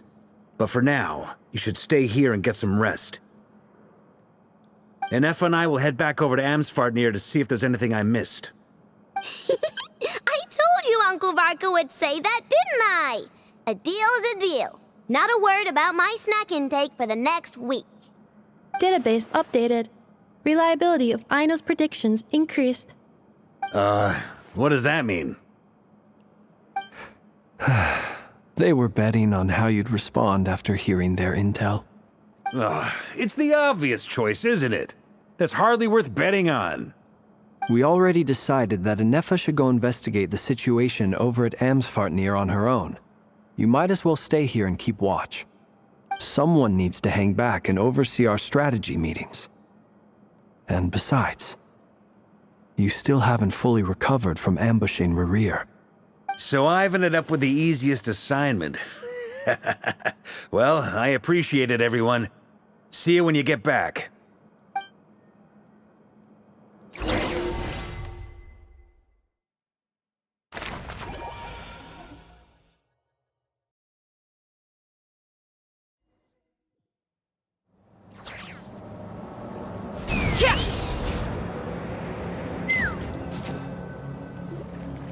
Here, this will serve as a good spot to cross over. Arlecchino, hold up a second. Since you brought us all this way, would you mind telling us what you've got planned? We still haven't got the slightest idea what's going on here. And if even Columbina doesn't know where the iridescent moon's marrow is, how do you? Simple. Because I am an inheritor of the royal bloodline of the Crimson Moon.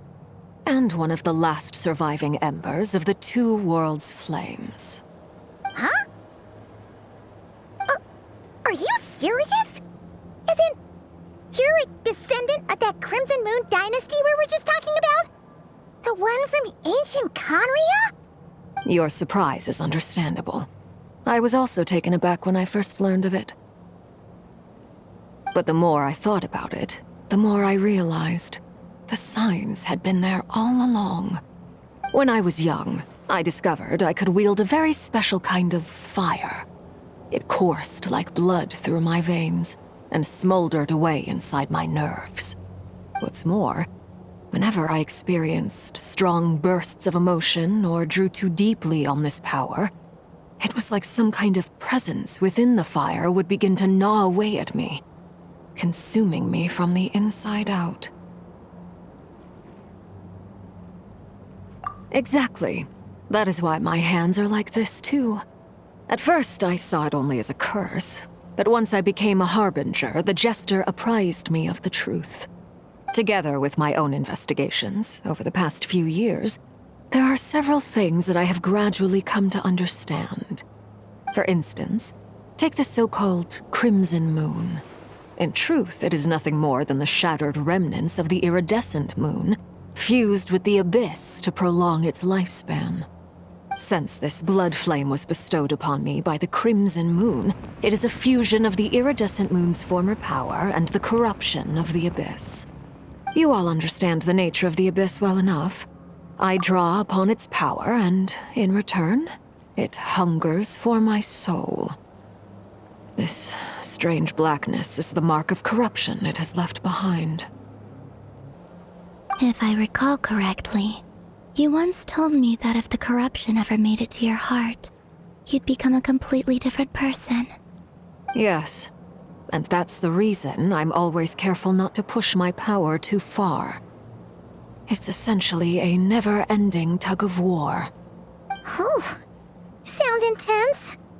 Anyway, the rest of my story can wait. Is there anything else about the Crimson Moon or the Iridescent Moon that you're unclear about? Paimon has a question. So, the Crimson Moon that the Carians used to worship was actually the Iridescent Moon, right? Which was one of the three Moon Sisters. Does that mean that the Carians were to the Crimson Moon as the Frost Moon Scions are to the Frost Moon? So much of that history has been lost. We have no way of knowing exactly what they were like. But I would suspect that the Conrians weren't as devout in their moon worship as it might appear. The iridescent moon's remains simply served as their link to the abyss. Later on, perhaps someone discovered a way to make direct contact with the abyss. Or maybe there was some kind of ideological divide. Either way, a dissenting faction staged a coup and drove out the royal heirs of the Crimson Moon dynasty. Still, even with the dark sun looming high overhead, the Crimson Moon's glow never truly faded. If you want living proof, it's standing right before you. The first time we met, I sensed something familiar in your presence. When I looked at you, I felt I could see that mysterious red moon in the corner of my eye. In your flames, I saw its broken image, surrounded by a strange black aura. Well, I appreciate that you kept it to yourself. Much about the Crimson Moon is still a mystery, and I'd prefer not to end up as the object of an insane research project.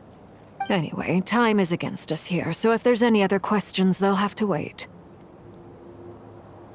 I just want to make sure I've got one thing straight. In her letter, Sandrone mentioned that since you are unable to contain the iridescent moon's marrow yourself, you intend to leave it in my custody, correct? That's right. For now, it's the only way I can pay you back for your help. The iridescent moon is already part of who you are, so with its marrow in your possession, you'll be even more powerful than before. Deal. Then let's get started. Get what started? What does this place have to do with the Crimson Moon? When I first became a harbinger, the Jester gave me a book called Perrin Harry, also known as Leobranto Innamorato. You should be able to buy a copy next time you're in Fontaine. It's a love story set in the Crimson Moon era, but setting aside the tangled romances of its characters, it also records a few interesting details. In the Crimson Moon era, or so the story goes, there was an orphanage that received children from beyond the bounds of this world, and subjected them to a peculiar induction ceremony. Beyond the bounds of this world? For real? And what kind of induction ceremony? The Crimson Moon sages looked beyond this world for beings with powers that surpassed the gods. But fearing they might lose control, they subjected these children to a process of refinement. They made these children crawl up a fireplace and kept asking them, "Have you died? Did you see it?" Until they finally admitted to having died and seen a crimson moon. The adults embraced the children who passed the ritual, telling them, "Within the fireplace, you have traversed the flames between two worlds. Here and now, you are born anew." The book leaves much unsaid, but I suspect that this was their way of branding the children they had enrolled, leaving an indelible mark upon them so that they would forever live in the Crimson Moon's light. That explains why I can't sense the Crimson Moon's marrow in this world. It makes sense that it would be sealed in a special space that can only be accessed temporarily through some kind of ritual. But there's no fireplace here. Do you see a chimney anywhere? Oh, are we supposed to build it ourselves? Okay, fine. Paimon will go find some bricks. That won't be necessary. The fireplace is purely symbolic. The key to the ritual is crossing the flames between two worlds. In other words, the flames that burn within me. Those burned away by such flames leave behind a kind of ghostly afterimage in the world. In the days of Conria, people believed they could be used to bridge the gap between the two worlds of life and death. In short, I can open a passage to that space for you. That's the easy part. The catch is I'll need to stay on this side to keep the passage open, so I won't be able to come with you. Once you're inside, you'll have to find your own way. Very well. Then I'll open it up. Traveler, spare me a little more moonlight if you would. I may need it.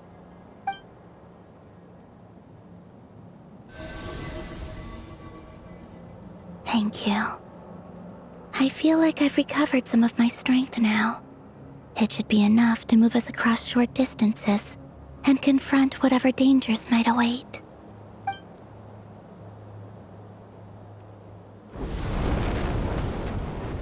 Mistress of the seven hues of ages past, great mother of the present, crimson-clad sovereign of the two realms, by fire severed, by fire renewed, I offer myself now and beseech your descent.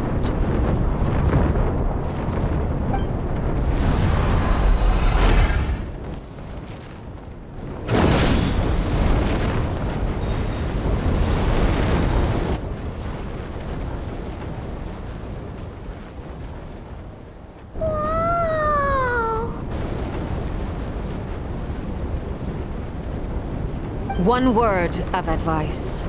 As you're crossing over, no matter what voices you hear, do not answer. Got it! I sense a sinister gloom inside, but also the familiar light of the moon. I feel that I am about to meet an old friend who has changed beyond all recognition. All right, let's go.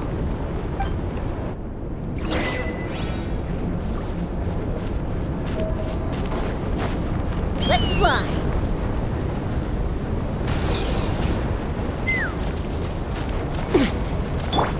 Rise with the sun!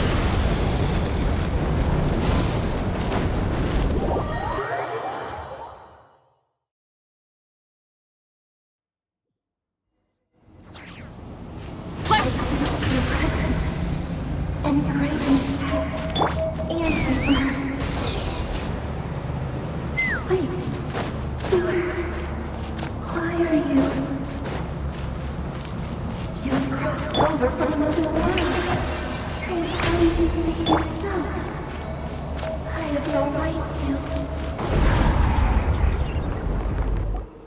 Hey!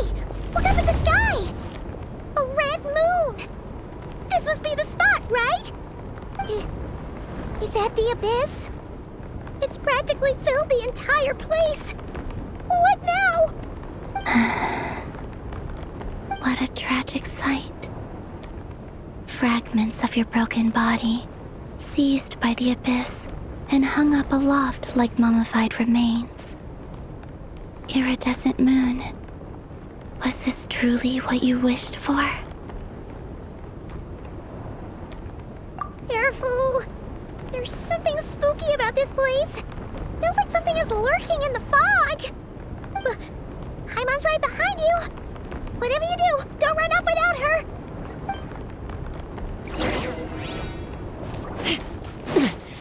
By the way, Columbina, didn't you tell us that the iridescent moon had shattered into pieces? The moon up there looks pretty whole to Paimon. How is that possible?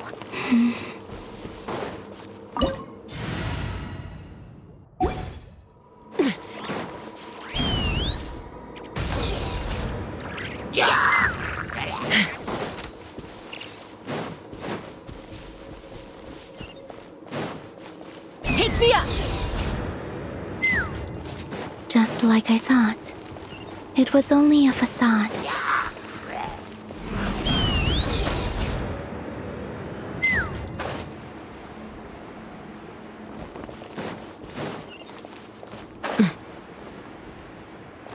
Let's fly!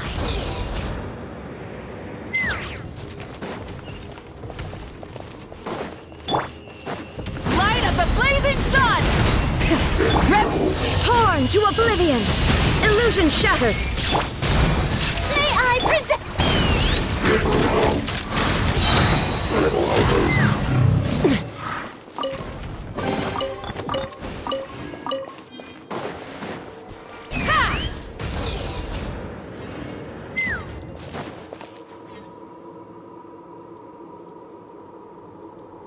Huh? Huh? For real? That's way too high! There's no way we'll be able to reach it! No. I'm not sensing anything up there. It's coming from under the mountain. Let's see... Ah! There's some kind of weird shadow over the water! Wait, see that? Looks like a mechanism of some sort. Let's check it out!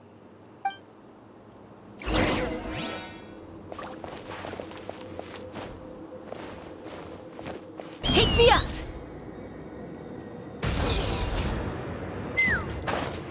Ew. Looks like a device from the time of Karia. Maybe people once came here to study the Crimson Moon's domain, and they left this behind. If we can activate it, we might find some clues!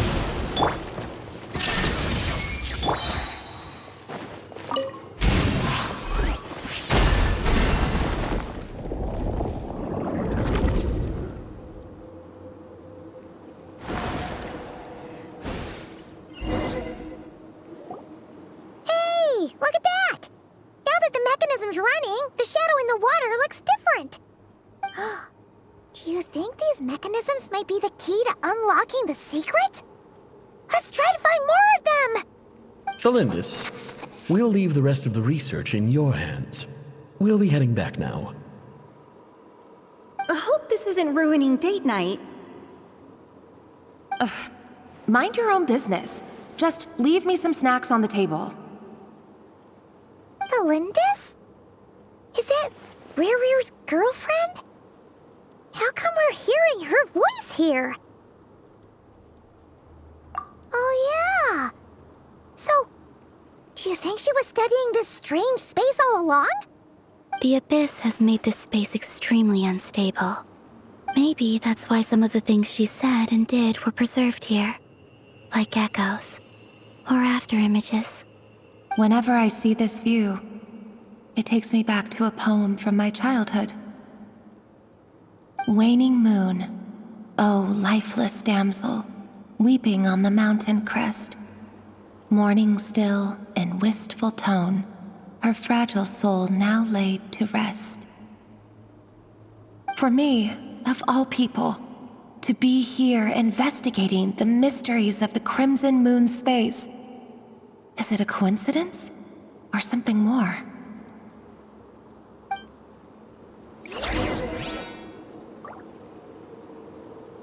Let's fly! Rise with the sun! Pyroclastic surge! Shine down! Inazuma shines eternal! Take me up! Bullseye! Yeah!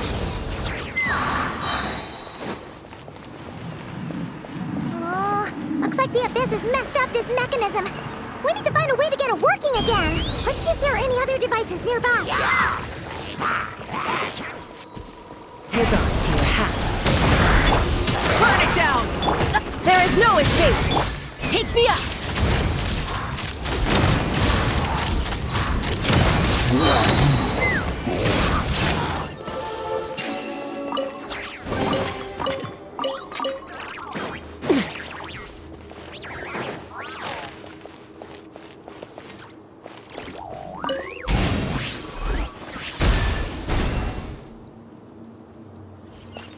Let's fly!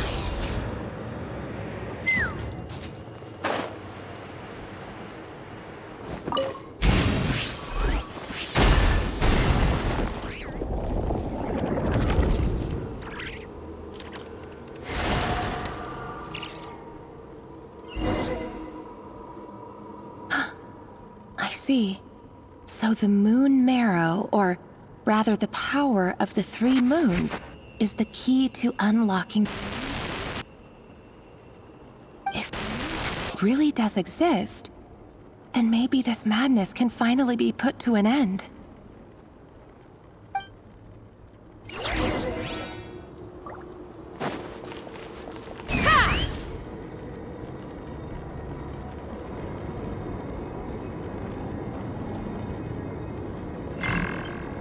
Take cover behind the rocks!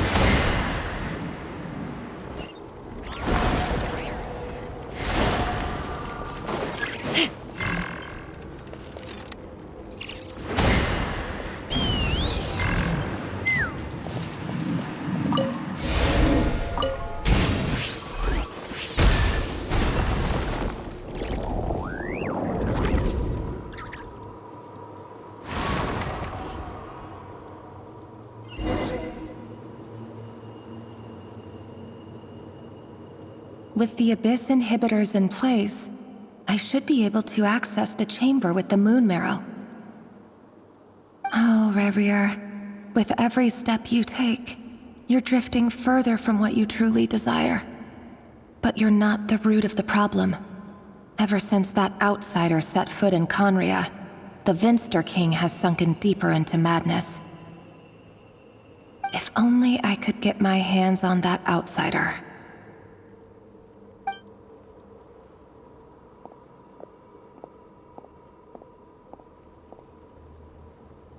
Hey, look! The moon's reflection is back to normal! Elendis' voice mentioned a chamber with the moon marrow. Do you think maybe it's hidden in the moon's reflection? It must be. For within it, I sense the fragile aura of a dying soul. Then there's no time to lose! Let's go!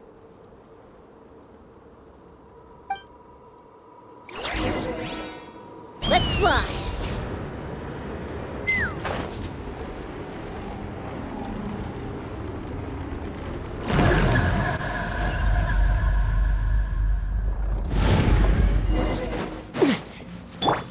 Rise with the sun! These things are so creepy! Oh, looks like we'll have to destroy them if we want to get to the iridescent moon's marrow.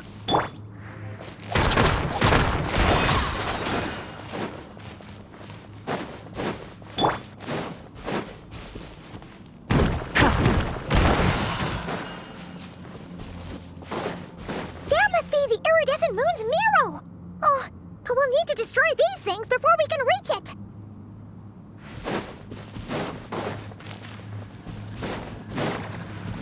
Burn it down! Wrath from the skies! Yeah! you shall perish! Shine down! Knock him down. Let the world collide!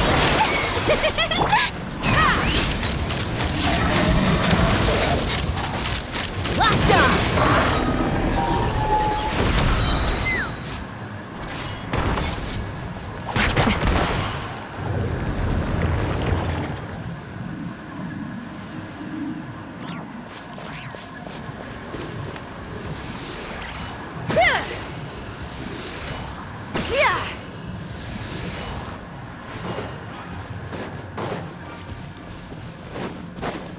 Take me up! Light it up! Pyroclastic surge! Illusion shattered! Hold on to your hat.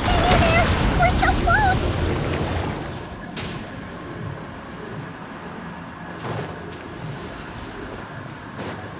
Giddy up!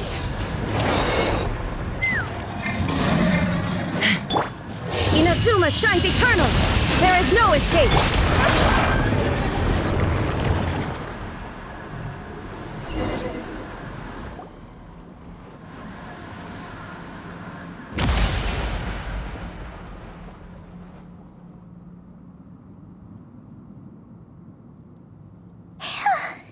We finally did it! The iridescent moon's marrow, still burning away like an undying flame, yet now contaminated by the abyss. It has taken on a new form entirely. If we can purify the abyssal power within, we should be able to obtain its untainted essence.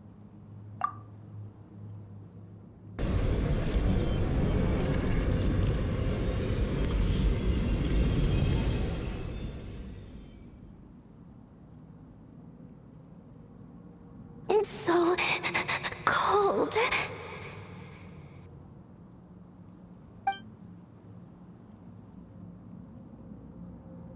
Is it you? Are you here? Huh? Are you talking to us? At long last, I can see you once more. Our fates have crossed, and I am finally free. I'm sorry, I lied to you. Even knowing what was to come, I still couldn't let go of the fear in my heart as death drew near. The moment the moon shattered, my body began to split apart piece by piece. Like I was being cut into pieces by 1,000 blunt blades. My thoughts scattered as the cold crept in. But I could not bear to fade away like that. Tell me, what was it that brought you to us all that time ago? If only I had possessed your courage, then I might have been spared this torment more painful than death. You look so puzzled. That's how I felt too when I first saw you. But trust me when I say that everything happens for a reason. Farewell, Hypo.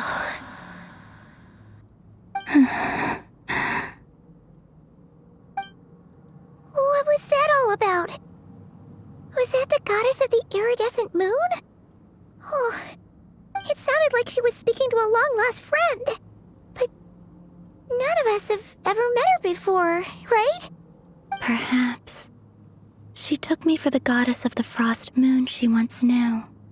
For a fading soul like hers, our auras must be too similar to tell apart. But anyway, we've got the iridescent moon's marrow now. That should help you regain your strength, right? Alright, time to leave this place and meet back up with Arlecchino. Let's go!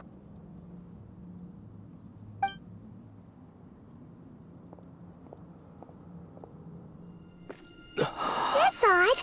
This place looks different than when we came in.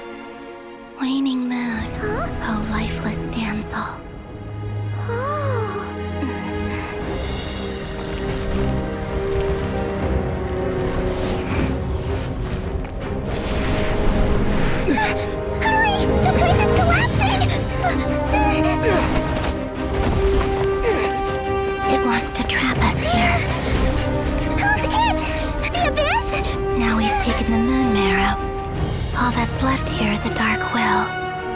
will show us no mercy.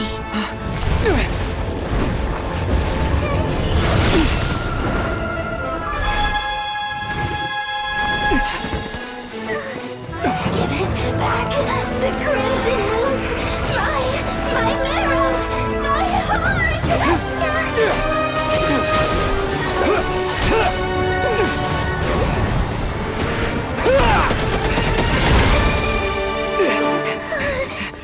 Finally! Huh? Oh no! The exit's blocked! They're back! Now what do we do? This is where you fall. Witness my rise. Hey, What are you waiting for?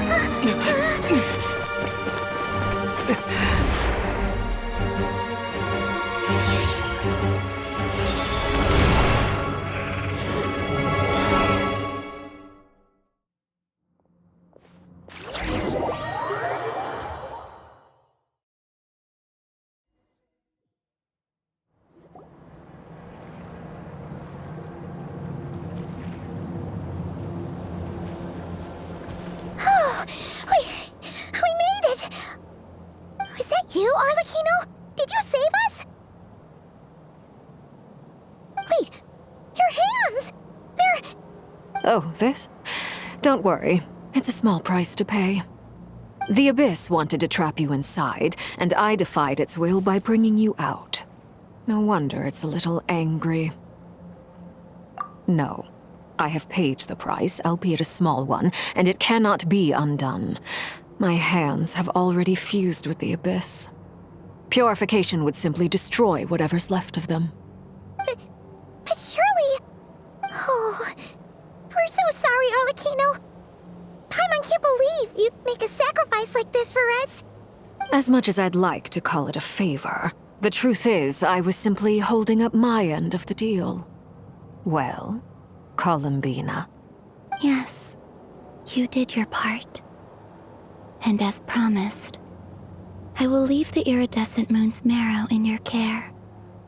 From this day forth, may the two worlds' flames burn ever more brightly.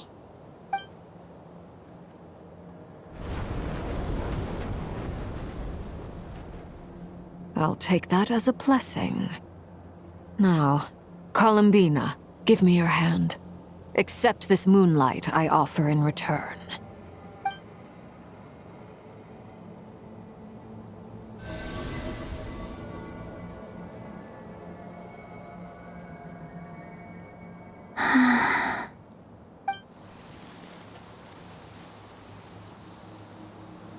Feeling stronger?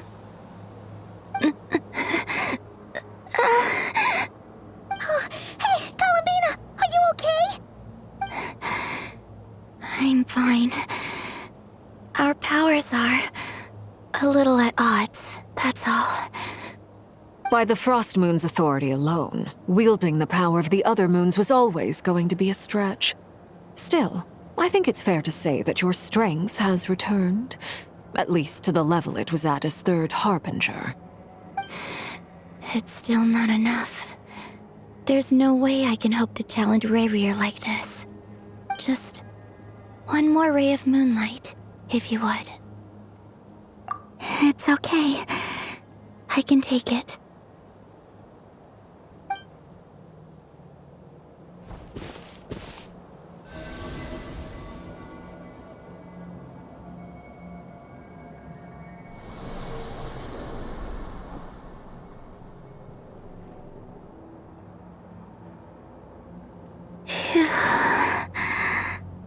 How about now? Fighting fit? At the very least, I won't have to stay hidden like before. I want to see him gone from Nod-Krai. The Rayrear of Solnari and his wild hunt must be sent back where they belong. Well, it's good to have something to aim for. You certainly seem more alive now than you did earlier. When I first met you, you didn't strike me as a ray of moonlight. More like a wisp of fog drifting in from who knows where, ready to scatter at the first sign of a breeze. But now, you're full of vitality, just like the frost moon, once the brightest of them all. May you keep shining, Columbina. This is who you are. Thank you. Look after yourself too, Arlecchino. I know you have plans of your own, and that's why you're always seeking to grow stronger. But whatever you're after, don't let the Abyss take a hold of you.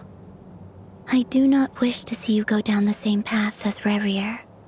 I appreciate the concern, Columbina. Although perhaps it's time you took a new name. A new name? Kutar, the Moon Maiden, Columbina, they're nothing more than code names. They describe who she is and the roles she's played, but they're not her real name. We often use code names in the House of the Hearth, too. But it's knowing your real name that keeps you grounded. Up till now, you've been living a wandering life, so you've probably never really cared. All I'll say is this. Once you've defeated Revier, give it some thought. All right, that's it from me. I'll get you back safely first, then go meet up with Sandrone. You're the best! I appreciate the gesture. It speaks to your good character. Anyway, let's get going.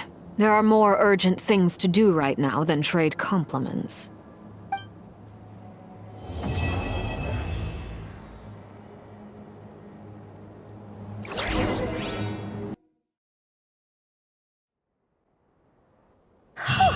It was a close call, but we got the iridescent moon's marrow and restored Columbina's strength. And that's all that matters.